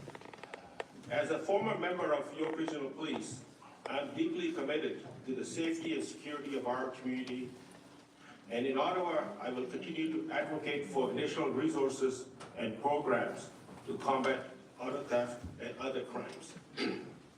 Also, just on a side note, last year, my wife's SUV was also stolen. So I'm a community member just like you, but the only difference is her car was stolen in Scarborough, not in Markham. So since being elected, in partnership with York Regional Police, I've hosted 6 crime prevention seminars to better equip our residents to stay safe. I've also hosted numerous coffee chats in food courts, coffee shops, and in condo buildings. This is an opportunity to speak with me directly about concerns so that I may take them back to Ottawa or work with our local police to address your issues. In August, York Regional Police and I hosted Minister of Emergency Preparedness, Minister Harjit Sarjan, to focus on local crime concerns right here in the city of Markham. Also, alongside with Ward 2 Councillor Rich Lau and I hosted a senior fraud prevention workshop to increase awareness of scams and how to avoid these scammers. In regards to re-winning, which Deputy De Silva touched on, there is a federal law for that. Our Minister of Transport has sent a letter to all provinces and territories so that we can work together to create this national win so that we can deter auto theft and the cars that are stolen and sold in other provinces. On February the 8th, our government hosted an auto theft summit in Ottawa, inviting all levels of government, industrial leaders, police services, and our chief from York Regional Police was also there. Canada Border Service Agency is also using advanced data analytic with stolen vehicles VIN to target exporters, shippers, and cargo containers to disrupt the flow of stolen vehicles from Canada. I have also hosted meetings with auto industry executives from BMW, Toyota, Honda, Nissan, both in my office here in Markham and also in Ottawa, to how to reinforce the need for better technology to prevent auto theft in Canada. Since I was elected, it took me 2 years working in the Public Safety Committee to help create Bill C-21, which codifies a national freeze on the sale, purchase, and transfer of handguns, address the risk associated with firearms in situations of intimate partner violence and gender-based violence, increase penalty for firearm trafficking, created new offenses to help stop ghost guns. I have also worked to create Bill C-20, which is currently being considered in the report stage of the legislative process. Bill C-20 will establish the Public Complaints and Review Commission, an external review body for the RCMP and the CBSA. This will ensure additional accountability and transparency for law enforcement in Canada. In regards to crime in Ontario, which level of government is responsible? The federal government is responsible for creating the bail rules under the criminal code in compliance with our charter. We have passed tougher bail laws and a reverse onus for repeat violent offenders, domestic abusers, and gun crime offenders in Bill C-48. 81% of all people in provincial jail have been denied bail. We have added new criminal offenses to target, number 1, auto theft linked to organized crime. Number 2, electronic device criminal use to steal cars. Number 3, money laundering proceeds of auto theft. We have also created tougher penalties for violent carjacking and auto theft involving organized crime, raising the penalty from 10 years to 14 years jail. We have created an offense to target organized crime gangs that exploit young people to do their dirty work. We have invested $605 million into fighting guns and gangs for safer streets in Canada. We have passed gun control laws to take violent weapons out of our communities. We invested in scanners at courtyards and more staff at the ports. The Ontario government is responsible for administrating the bail and criminal justice locally in our community. Ontario has to ensure that we have enough police to make arrests and that they are well-funded police services. Operate the courts, we need to have enough courtrooms and court staff to hold bail hearing so that people aren't released simply because their case cannot be heard. Appoint enough justices of peace and judges to hear bail cases, and making sure JPs have legal training like in Nova Scotia does. Hire enough Crown prosecutors so that they can do the job and argue against bail, rather than agree to someone's release because they did not have enough time to hold a hearing.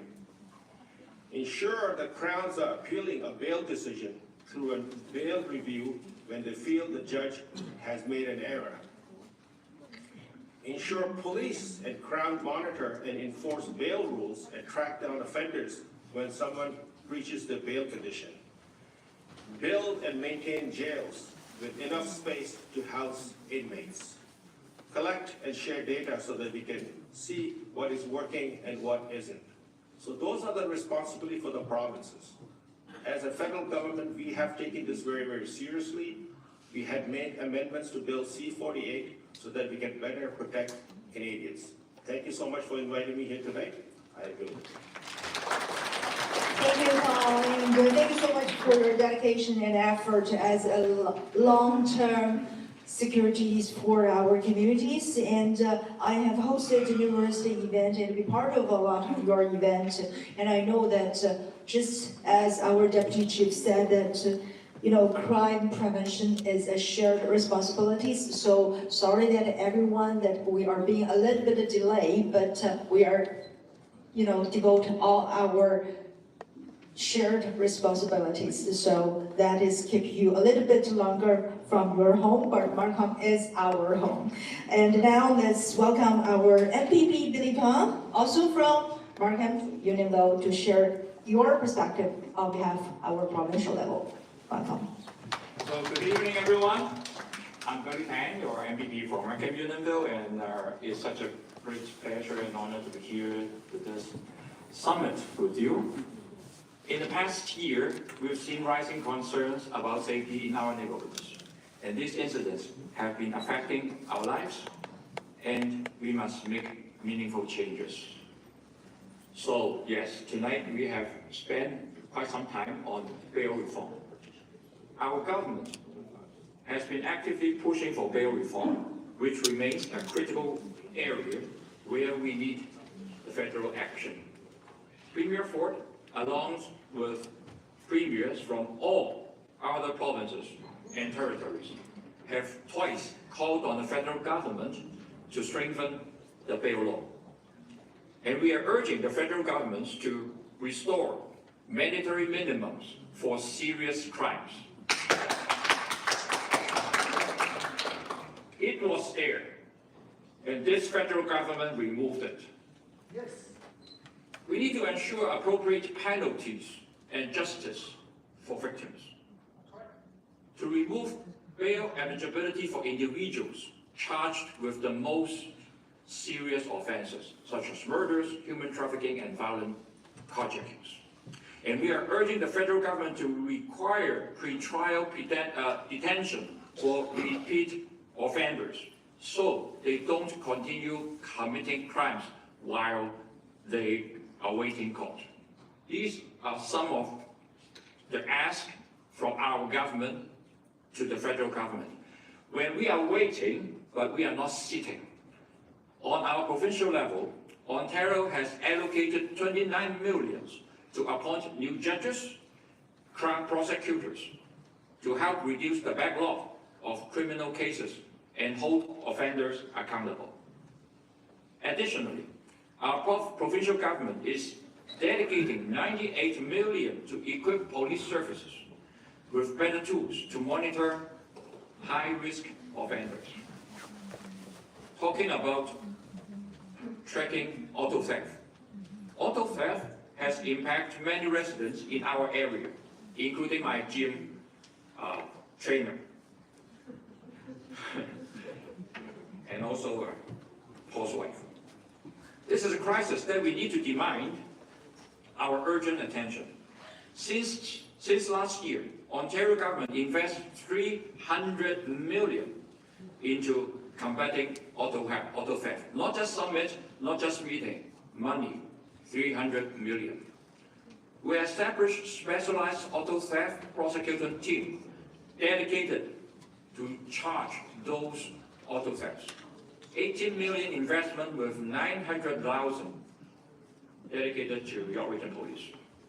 Already, we are seeing promising results. Auto theft in Ontario dropped by 14% in the first half year of 2024. But we know there's more work to be done. Our government also invests 134 million to extend the Joint Air Support Unit, adding 5 new police helicopters to strengthen law enforcement efforts in GTA and Ottawa areas.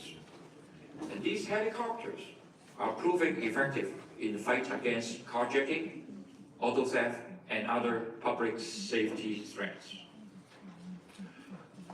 Community safety relies on a strong and well-supported police force. We need more boots on the ground. Therefore, Ontario is committed to deploying 2,100 new officers in coming 12 months. We encourage more recruitment by eliminating the 17,000 tuition fee for basic constable training. Additionally, we provide 8 million grants to municipalities to install CCTV systems to monitor and deter criminal activities. As part of the grant, York Region Police got 200,000 to help expand video surveillance efforts. As a resident of Markham Unionville, which is walking distance from the City Hall, I understand the need for a sense of security in a place we call home. To raise awareness and involve our community, last week I introduced a private member's motion to the Legislature of Ontario to declare November as Community Safety Month in Ontario. Not just 1 week, a whole month. We want to have more collaborations with our police, with our community members, and crime prevention strategies. This designation will bring greater attention to the importance of crime prevention and safety initiatives that make a real difference in our neighborhoods. And I'm currently working with the Minister of the Solicitor General to develop additional strategies. And I want to hear from you. I put together a questionnaire available on my website. You can scan the QR code. Please take a moment to take a picture of the screen or scan the QR code and share your thoughts. Community safety is an ongoing conversation, and I'm here to listen, to adapt, and to improve. The Ontario government has committed just what I present, over $1 billion towards community safety. And I assure you, this is only the beginning. And we won't stop until we feel safe. In closing, I would like to thank all of you here, our community members, and our community partners for your engagement. By working together, we can create real change and make Markham, Unionville, and across Ontario a safer place for everyone. And I'm here as your partner for this mission. Thank you. Thank you, MPPG Pam, for the presentation and showing us what provincial government has been done. So next, we have now opened the floor for concern or question from our registered speaker. So this is an opportunity for community members to voice out their experience and concerns related to crime and public safety. Please keep your comment in 3 minutes. And if you haven't registered for your speaking, so please check out our volunteers, and they will lead you to a line up, and after all the registered speakers session. Okay, so now let's get up for our first speaker, Mr. Anush. So you will, he is a Markham resident. Please be mindful about the 3 minutes limitations, and the floor is yours. Sure, thank you. Sorry, when everyone said I was sitting in front, this was not what I was expecting, but it's pleasure to be here. And sorry for my back to everyone as well. Your Worship, Mr. Mayor Scopity, and Councillor Ho, and distinguished guests, it's my privilege to be here. I'd like to thank Markham Community Alliance for inviting me this evening. I've met some of you and spoken to some of you before, and for those of you that don't know me, I've been living in Markham for just over 20 years. I work as a doctor over at Markham Stouffville Hospital, I still call it that, and for the last 15 years, I've been volunteering my time in the York Ward as school council chair for Parkview Public School and Unionville High School. I want to be clear that I'm not speaking on behalf of either the hospital or Unionville High School. However, in my role and my involvement with the community, I have had an opportunity to speak to many individuals and have had many discussions. And really what has become clear is that there is a genuine increasing concern regarding these topics that we are discussing tonight. Yes, it is important that we always all practice due diligence in the safety around us and being aware of things. However, in my opinion, it is not normal to have this fear of shopping at Markville Mall during the day and thinking that you're returning to your parking lot with your car keys and that you're going to be robbed. Worse yet, that you're with your children, and if cool heads don't prevail, that something might occur. This is what I'm hearing more and more from parents, concerned for their safety, for their family, and for their children. I know that you all know this, and I'm actually not here to try to convince anybody. It's for the parties to work together so that things can resolve, because I know the solutions are all underway, and we're hearing them tonight. What I am here this evening, however, to convey is that we all humbly and urgently ask each and every one of you to place a higher priority in addressing our concerns that Kathy Rue has so eloquently articulated, and the concerns they're going to hear later on this evening. Thank you. And I also want to say thank you for all the work that you do for the community, particularly our officers. You are very well respected and very well appreciated. Thank you. Thank you, Mr. Nush, and thank you for your volunteer times and your valuable insight. And next, we're going to invite Mr. Kevin Ju, representative from Unionville.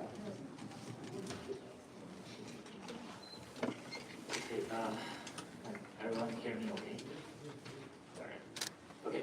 Dear MP and PP, VIP officers, Markham residents, neighbors.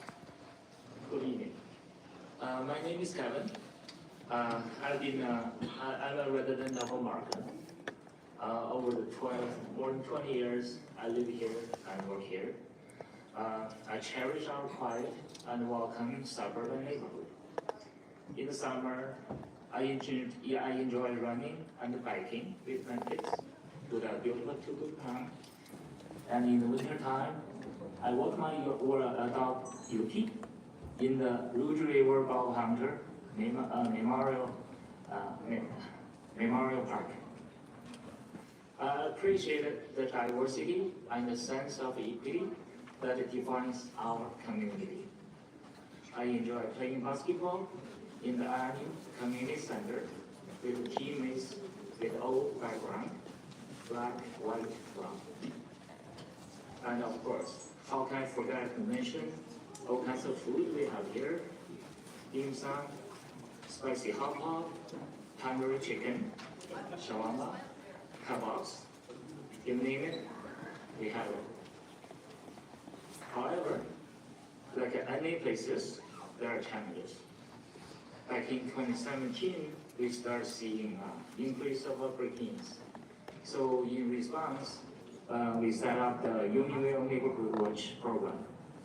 And we encourage neighbors to look out for each other, report suspicious vehicles or activities. And we invite a VIP to conduct home security and protection sessions to promote safety. But in recent years, we've seen types of crime that are new to our area. Car thefts, robberies, and even incidents of gun violence happening right here in Markham. And too often, we read in the news, the suspect was out on bail when this happened. This makes me wonder why. And I want each of us here to pause and ask, why? That's why we're gathered here today, to get involved, to understand, and ultimately to make a difference. Together, we can influence change and help create a safer community. So, involved, influenced, then improved. Thank you all for being here. Thank you for the perfect time control. And now let's move on to the next one, the residents from the Angus clan, Mr. Edward Shing. Good evening, everyone. My name is Edward Shing from Angus clan. I came to Canada 25 years ago, and like many of you, I've been watching with concern as our safety and justice system has been undermined. The message is very clear today. I guess the current catch and release bail system has failed us for years. And I remember Cassie mentioned that it's not only a Markham and your Britain issue; it's a nationwide crisis. And also someone mentioned that last week the provincial government make a call to ask the federal government to make a reform for the current system. And this is not first time, remember. I guess 2 years ago, back to December, when a repeat violent offender, what's his name, and Randall McKenzie, who killed a police officer in Ontario just 2 years ago. And the government, provincial government made the same call. And the problem is the federal government never act. And I think it's maybe they have more important things to do, like closing down the TikTok. And but this is I wish that we don't have to have this kind of meeting again, just to do the same thing, right? And for me and personal, I think it's I received many emails from community leaders that we have many speed cameras installed on the street, But I wish that can we have less speed camera on the street? Can we have more security cameras in each entrance and exit of each community? So police officers don't have to knock my door to borrow the video clips from my own drive. That's my wish. Thank you, everyone. Thanks so much for letting us know your concern and also your hope. And now let's invite Mr. Shang Xun from Markville. Good evening, everyone. My name is Sean, live in Markville, and which is the area of Markville High School and Markville Mall. We have a police station running across the street of Markville High School. And we have a neighborhood watch group, about close to 500 people in there. I'm going to share some story in our neighborhood. Last year, our video camera recorded 2 thieves coming in front of my house. And they raised their hands up like this, using a special device, trying to steal a car, actually from my neighbor. And we have a sensor, and the sensor shows the dog barking in there, and they get freaked, and they run away. And we have a video from neighbor as well. So I showed my video to my neighbor. So somebody trying to steal your car, and you're lucky this time. But this year, he's not lucky anymore. Same neighbor, his car gets stolen.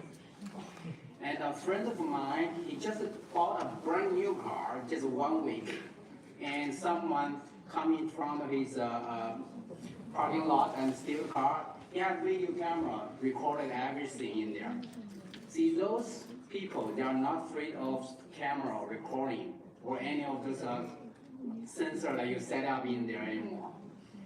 And another story is a friend of my friend. He lives in Mississauga. He's a supermarket, Chinese supermarket boss. Somebody break into his house and kill him and wounded his son. So the story I'm talking about here is that for some special case, like those kind of case, the bill needs to be reformed to focus on those special cases here, because it should make us feel more safer. And those kind of case, I believe everybody should be agreed that is the case. Each of the government should be focused on that precisely. That's my story share. Thank you, Sean, for that devastating story, and it definitely needs our attention to do something. And now let's move on to Linda. So, Ms. Linda New, representative of the Kashigud. Good evening. Thank you, Cliffy, for organizing this event. My name is Linda New. I'm from Kashigud, where we have a very active neighborhood watch community. We support this petition because community safety is a critical issue in our lives. As a full-time realtor for over 20 years, we have helped my client buy and sell homes. And in recent years, I have seen firsthand how much the homeowners have invested in security system, cameras, as well as the smart doorbells.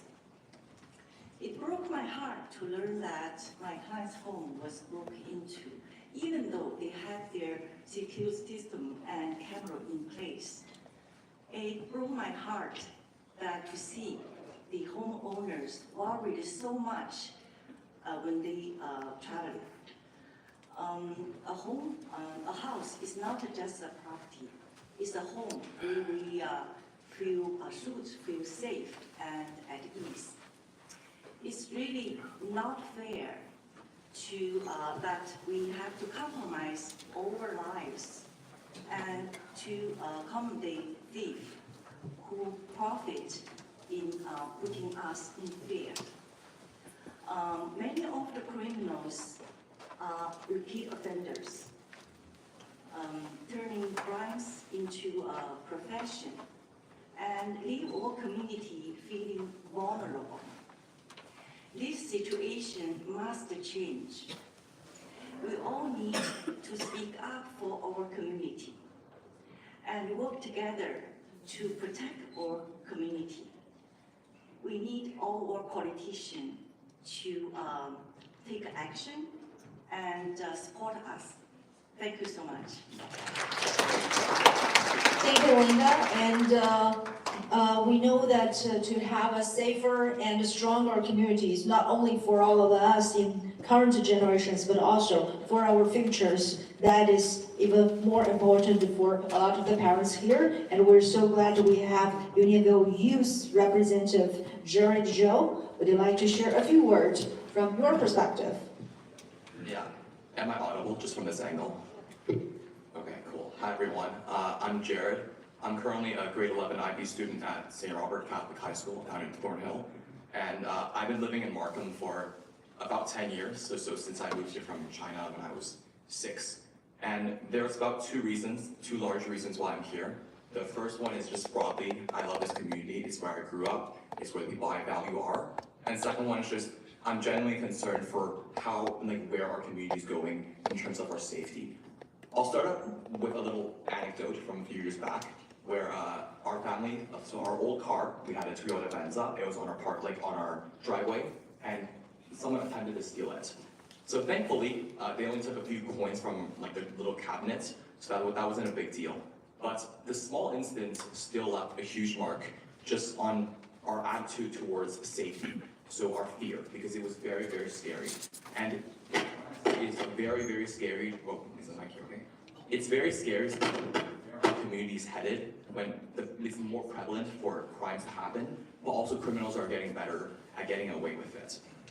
Now, in terms of violent crimes, although I have no personal experience with it, I think it's a world where criminals are able to get back on the streets to commit crimes almost as soon as they're put in jail. It's not a world that is safe, not just for our current generation, but for the people of the future, people who want to join Markham in the future as well.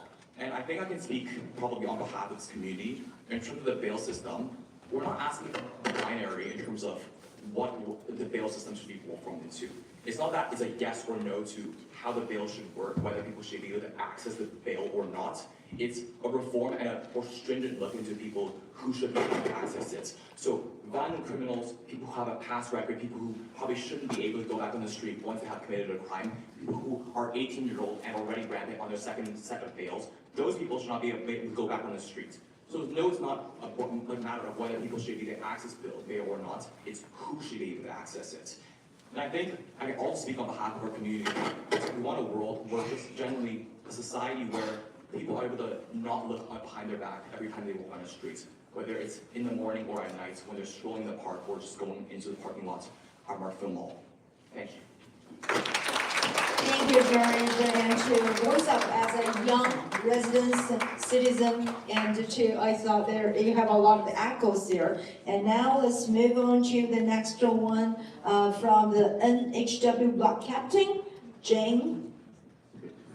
Good evening, ladies and gentlemen. My name is Jean-Noel. I'm so happy to be here because I feel the dynamic of the whole community here, and we're all in this for the same goal.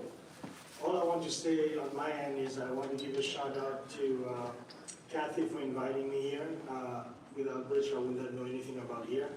I also want to shout out the committee members that actually come and support Mario and Cheryl. I really appreciate your presence here.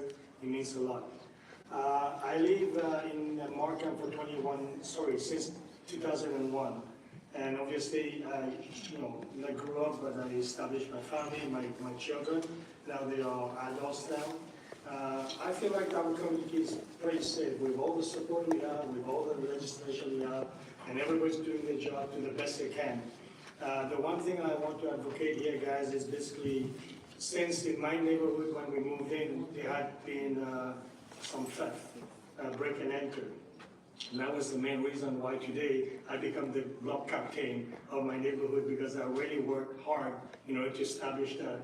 And for that, I have to say thanks a lot to York Regional Police, who helped me a lot. And I remember the name is Ivan Liu, Officer Ivan Liu, and now we have Brian Hines. So those people, without their collaboration, with the support of the superiors and the program that you guys have, none of this would have existed. And I also have to give a shout out to the city of Markham, because without them, they would have posting signs that says a lot about the neighborhood watch.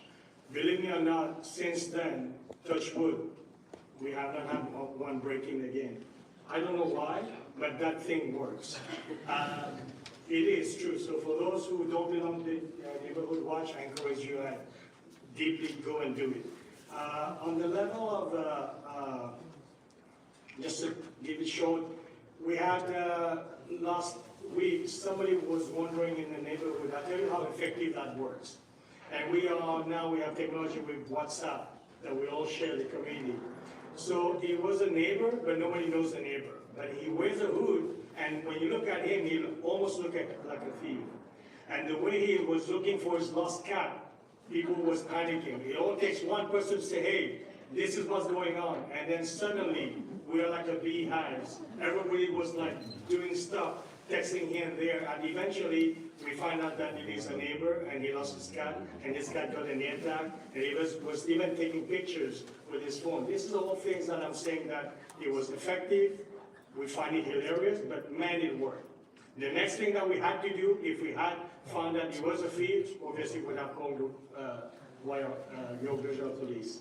And to end here, just I want to say again, in regards to the things that I can't control, basically I would leave the government do, and provincial, everybody, your Regional Police to do what you guys do best, and we're counting you to do what you guys do best when you represent us at the Parliament.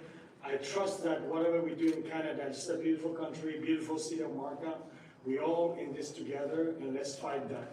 Finally, I was also attending another meeting last night about York Regional Police Communities portal. That one, if you guys don't know about it, please go and search it. It's available. It's open to the public. There's a lot of information. The only thing that I'm not sure is, I'm sure the thieves themselves or the criminals themselves are looking at it to see what they can learn from it so that they can come back and fight us back. So on that note, I don't know what else we can do. On that note, I'll just say again one more time, thank you, everybody. Thank you, Mr. Lee. Successful story, definitely cheered all of us up. And now let's move on to the next one, Mr. Anthony, representative of the Buttonville Resident Association. Hello, my name is Anthony Cole, representing Buttonville Residents Association. The association was formed in 2012 with the help of Regional Councillor Alan Ho, and the purpose was to be the united voice for the residents in Buttonville. And of course, safety is our top priority. My family moved to Markham in 1987. My two young daughters at that time, on Halloween Day, it was a very happy day because they went out with their friends and visiting houses in the neighborhood. 37 years later, last week on Halloween, sadly only 7 kids came to visit our house. The parents were concerned that the street is not safe anymore for the children to go on their own. All these kids, they came with their parents, and they didn't stay for that long. Their parents stayed in the car, the kids came out, and then they went back to the car play away. I think it's no good, and people just don't save at all. Like, although it is our home, yet they don't feel it is safe.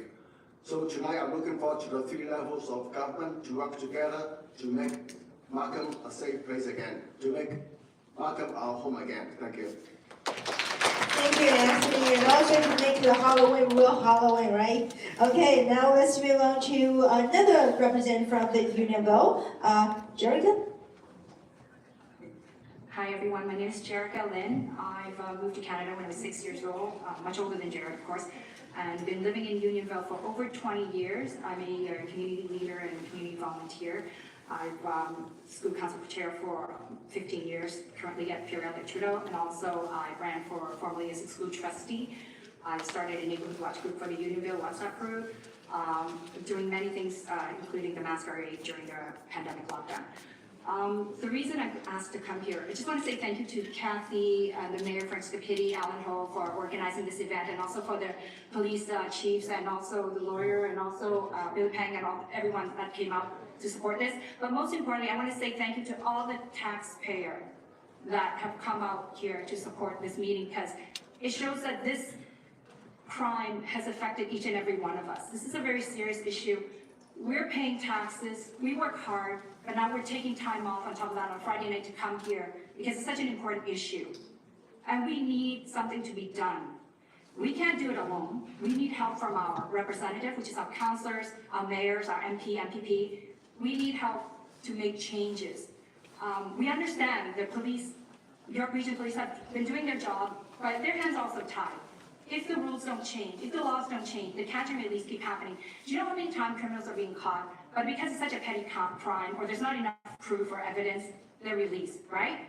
How does that affect the morale of the police and the department when they keep trying to do their job to catch these criminals, but then they have no choice because where the justice system says, well, we gotta let them go. There is a case, I don't know if you can ever find it online anymore, but there was in the news of a thief that has been robbing home invasion for over 10 years. He was caught and kept being released. And he was actually interviewed. I don't know if it's by the Toronto Star, but some reputable news reporter interviewed him, and it was online. And it said that, he said it's actually more profitable to go and rob homes. And even though he was caught, he got like a 2 or 3 month sentence. He makes over $200,000 in 6 months versus going and get a full-time job. He can never ever earn that type of income. Why would he get a real job when he can do this? And he is actually training his own kid, his son, to get in this business. Crime does pay, doesn't it? When it's, you know, when there's no punishment, there's no recourse. This is unbelievable to hear that if our children have to go to school, do well, get good grades, and then go to university, get a decent job, pay taxes, but then somebody else find another way to cheat the system because our government and judicial system is not reflective of the current situation. We need to change our rules and our laws and our bail system to reflect on what's happening now. If you think about it, when I was a kid growing up, I used to ride my bike, park and throw it in front of my lawn, go eat dinner, come out, my bike is still there. When I was in university or a young lady getting a job, I would, in the wintertime, heat up my car, turn on my engine, warm up my car, and come out, my car is still there. Nowadays, are you kidding me? This would never ever happen. And I'm sorry, but the future generation, the young generation, we need to change the rules and the laws to reflect what the current crime is. And that is whether it's bail sentencing that need to be reformed, whether it's tougher sentences. We should stop saying crime of over $5,000 because you know what? Most of the crime is not over $5,000, it's way more than that. You need to change that because when you say crime over $5,000, it seems it's only a little bit, a few $1,000s. It's not. There's certain crime that's over $100,000, $50,000, and you know what I'm talking about. We're all here because we need changes, and the only way to do that is talk to our government, talk to our local officials, and most importantly, when it comes time to voting, vote for those who are going to do something for us, for the taxpayer, for the citizen. Vote for change. Thank you so much. I apologize for taking an extra minute, but thank you everyone for coming out. I appreciate it, and thank you for our officials here, and also for the police chief here. So, everybody, take note. Do what you need to do. Share information with each other. Share with your community leaders, your neighbors, and let's make changes happen. Not just for us right now, but for our future generation, for our kids, for our grandkids. All right? Thank you so much. Thank you, Jared. And we have heard all your reflections, your voice up for our concerns, and it has been a little bit late, but thanks everyone for being here. And we are going to wrap in a very quick time. Would you like to do the closing remarks? And we will, while we are waiting for the lineup for the questions. Is that possible?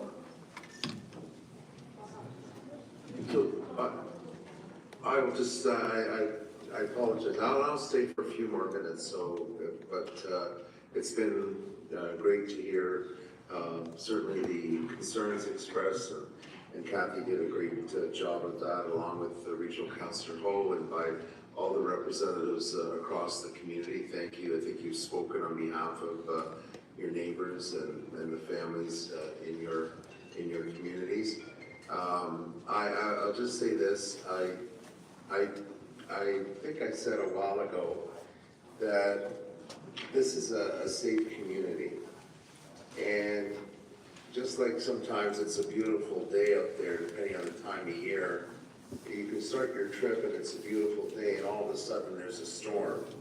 So I'll just say that I don't think we have to live in fear in the city of Markham. It's a safe community. There's a lot of good people in this community. The fact is, not always, but the fact is, whether it's break-ins or auto thefts, quite often it's sometimes organizations, never mind coming outside of our community, they're coming outside of the country and specifically come into our areas because they know there's some nice cars, there's some nice homes, and there's some nice things inside those homes.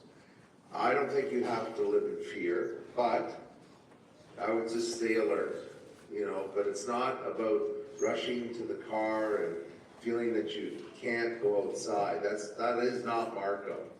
And we do look out for each other. And I think between our efforts, the York Regional Police, again, I mentioned the tools, the programs that they have, the Deputy Chief articulated quite well. It's having an effect. And I will say this, there's been some very serious crime in Markham, but most of those were targeted because of situations. Unfortunately, sometimes people get involved in activities. They don't know who they're dealing with on the other side of the table. They're not friendly people. And so we have had some targeted situations in our community. But I want to say, thanks to the efforts of York Regional Police, most of those have been solved and they caught the criminals and they did great work. But I don't live in fear. You shouldn't live in fear. It's a safe community.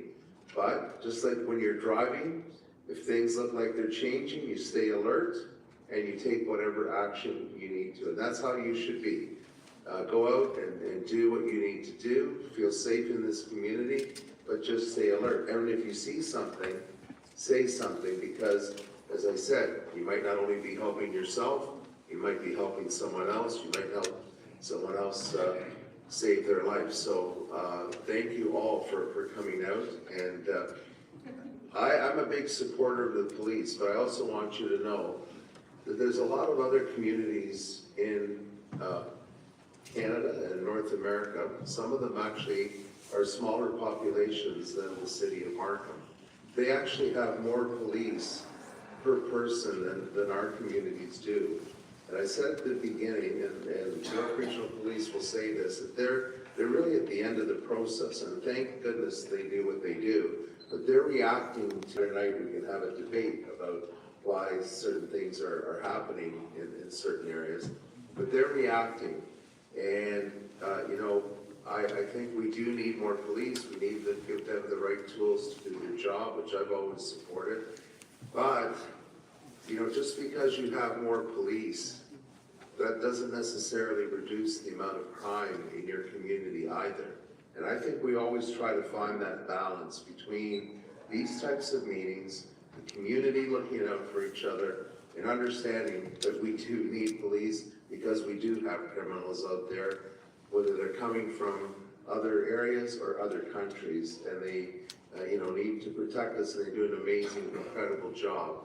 But there's areas of Canada, I can tell you, that have way more police per capita than we do, and their crime is much higher. As I said, Markham is one of the safest and will continue to be, I think, for a long time, not only because we have great police, because we have great people in our community. So thank you very much for coming out, and let's continue to work together. Thank you, Your Worship, Mayor. And I noticed that we do have one resident want to, residents, could you line up and raise up your concern or questions?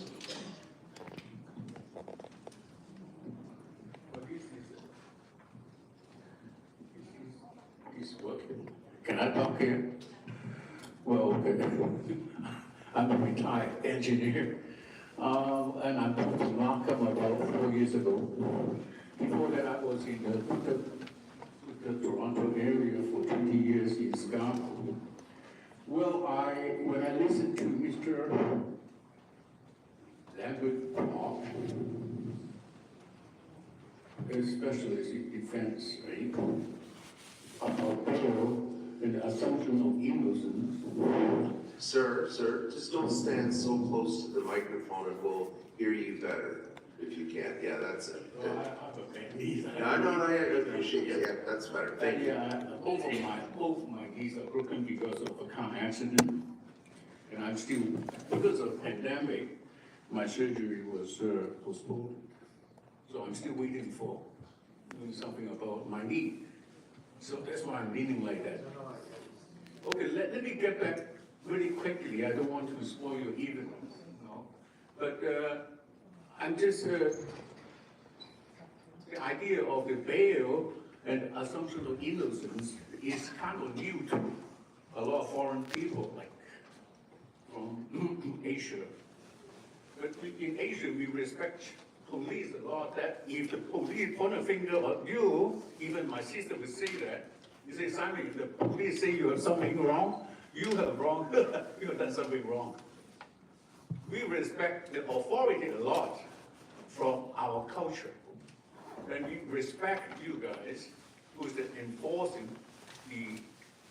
what we perceive as the law to protect the innocent people in the community. And I appreciate that. And another reason I'm saying it here is that I go through an incident where the role of the criminal and the victim were reversed. I'm sure one of you guys know what I'm talking about. No? Yeah, because when Mr. Lambert was talking about a presumption of innocence, I wasn't given the benefit when somebody hit into my vehicle, and drove away. And then when I copied his car registration plate and tell the police who passed by, he said, "Oh, mister, we are very busy, we are on call for something, you go to the collision center and tell them, do a report." And that's what I did with, at that time, my girlfriend. The end result, I don't know, I think you guys know my story, actually. They may not know, but you guys know. Because I found my car being followed by you guys every day. For no good reason. Nobody tell me what is the reason for following my car. Sir, perhaps we can have a conversation right after this meeting, and I would be happy to engage the superintendent and inspector of 5 District to have a conversation with you, and perhaps take this thought. Okay, I appreciate you. I know you will ask me to go to one of your perhaps groups. So that way, I think my car is parked, and you guys perhaps know why. You know, I'm just a retired old man, so I don't have the resources to find out the problems. So that's I'm using this opportunity to just give you a counter example of who is the criminal and who is the victim here. The guy who hit me and ran away was protected by the police who accused me to pick up an accident for 15 years now. And causing me not the car or 2 cars, cost me the whole house. And you think you lost your BMW is very important. You lost, we'll say this is a great loss, but there is a lot of losses that you don't know by the misunderstanding of the presumption of innocence. Thank you, and I think that the Deputy Chair have heard your story, and we will move on to the next one. Thank you.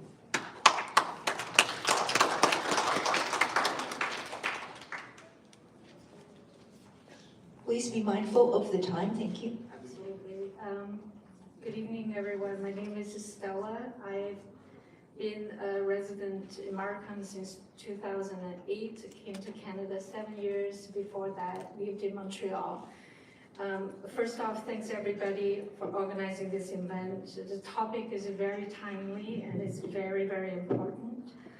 I want to say two things and not to repeat whatever have been said so far this evening.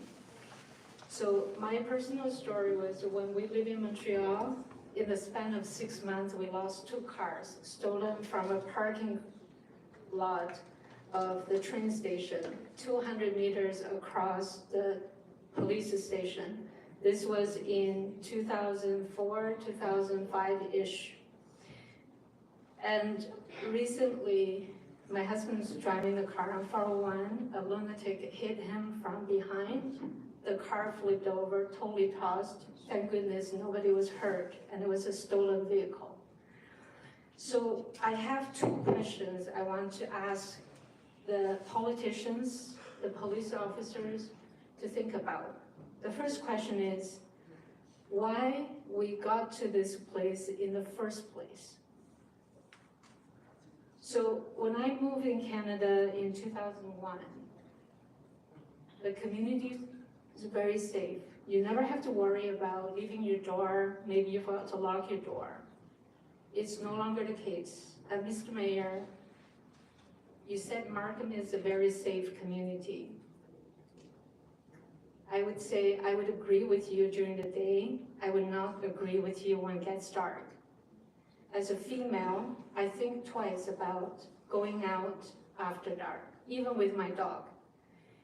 And I think twice about which car I drive to First Markham Place if I have to meet a friend after 7 o'clock and have dinner. And that's not the sense of security I want to have or my daughter to have. I track her when she's out, so I know where she is and I wait for her until she gets home. That's not the community I want to live in. So really the question I want to ask is, what went wrong in the last decade that got us to today? When my cars was stolen in Montreal, the police officer came to our house and he said, by 6 o'clock tonight, your car will be somewhere in South America. Today, those cars are in where? Africa, Georgia, going into Russia maybe. So if we knew this 15 years ago, what did our government do to stop this from spreading outside of Montreal, Quebec, because that was the hot spot. And now the criminals are here in Ontario. Why? What happened? What can we learn from that so that 3 years, 5 years, 10 years from now, we continue to see the stats showing red, showing green, and the trends are coming back? What do we need to provide to our police officers so that they can do their job? Thank you. Right. Thank you so much for those strong questions.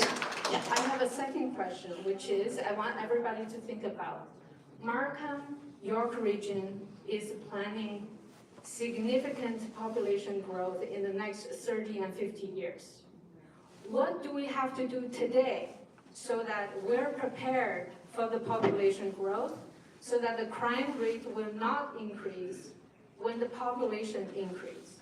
What is it that our provincial government, our federal government, our municipal government, our regional government are doing to give our police officers the tool they need today so that they're prepared to hire, to train, to equip, and do a job so that our community will continue to be safe, safer, when the new residents arrive here in this community and to build their new life here. So 2 questions. Think about the lesson learned. Think about what you need to do today for the future. And I want to leave with last comment. I want to thank the criminal lawyer today.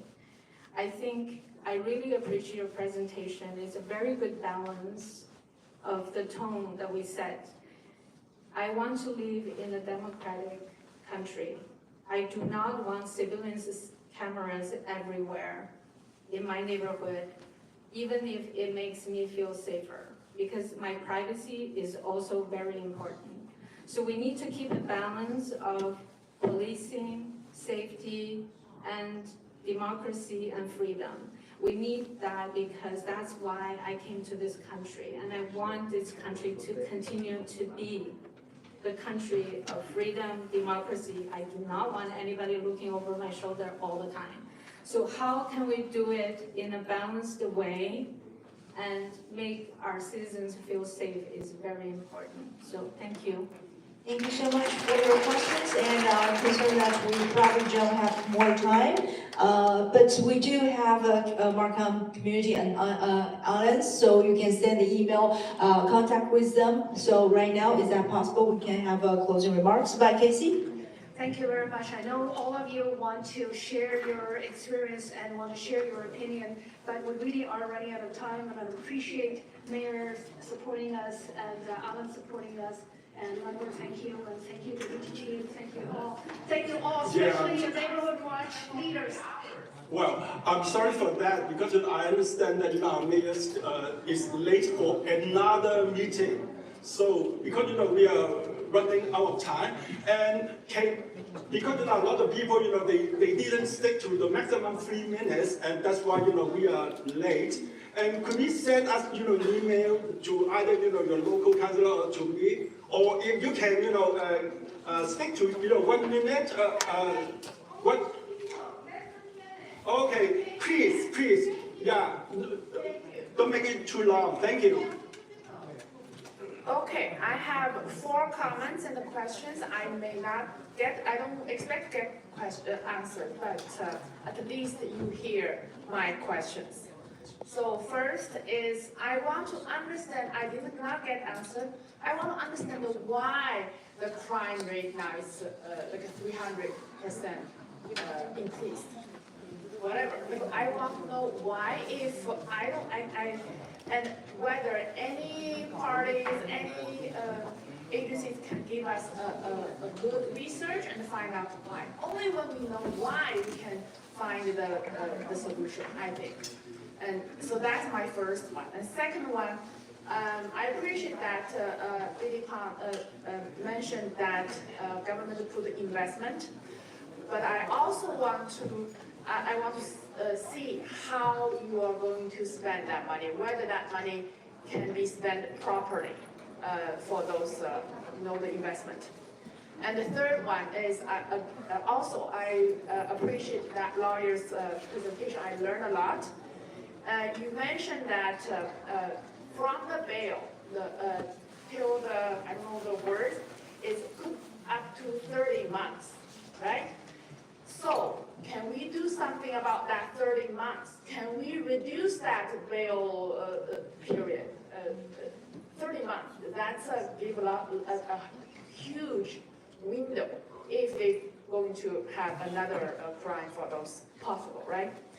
And the last one, I love Markham. I came to Canada in 1999, and today's event made me love Markham more because I saw different levels of government and also YRP really care about. So thank you very much. Thank you so much. And we'll move on to the last lady. Yeah. Hi, I'll be really quick. My name's Linda. I'm a resident of Cashier Estates, and I truly appreciate everything that's happened here today, all the education that I've been exposed to.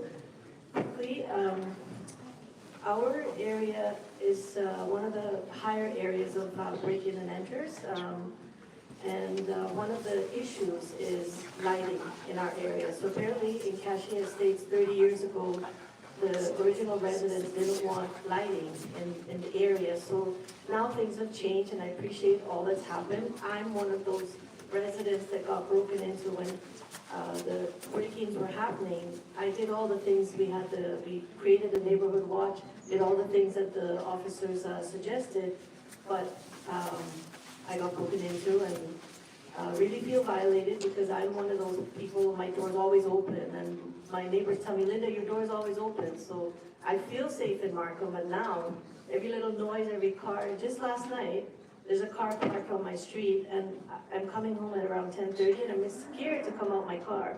I had to wake up my 79-year-old neighbor to say, hey, I don't know what to do here, you know, can I come over? And that's really, you know, in a sense, unnerving. So I have a letter that was drafted to our mayor regarding the lighting in the area, trying to change that policy, signed by many of the residents that are concerned, and all the areas that are broken into, they're all poorly lit areas. So if someone could take this letter and this from us and tell us how we can have this addressed by the committee. Thank you so much, Linda, to share your insecurity and affair. And so now let's welcome Alan. Just can you give the closing remarks for today's event? Yeah, thank you very much. I understand that, we're running, late. And as I said, in the city of Markham, we always, end up with, overrun meetings. And so, in closing, I will, finish it, in one sentence instead of, more than 10 I prepared. Let us leave this forum with renewed determination to work together, armed with the insight we have gained to build safer community. Once again, thank you very much for your coming out. Thank you.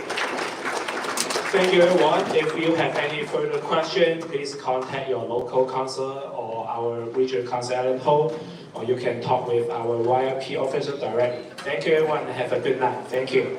Thank you so much for your comment. And take care and drive safely.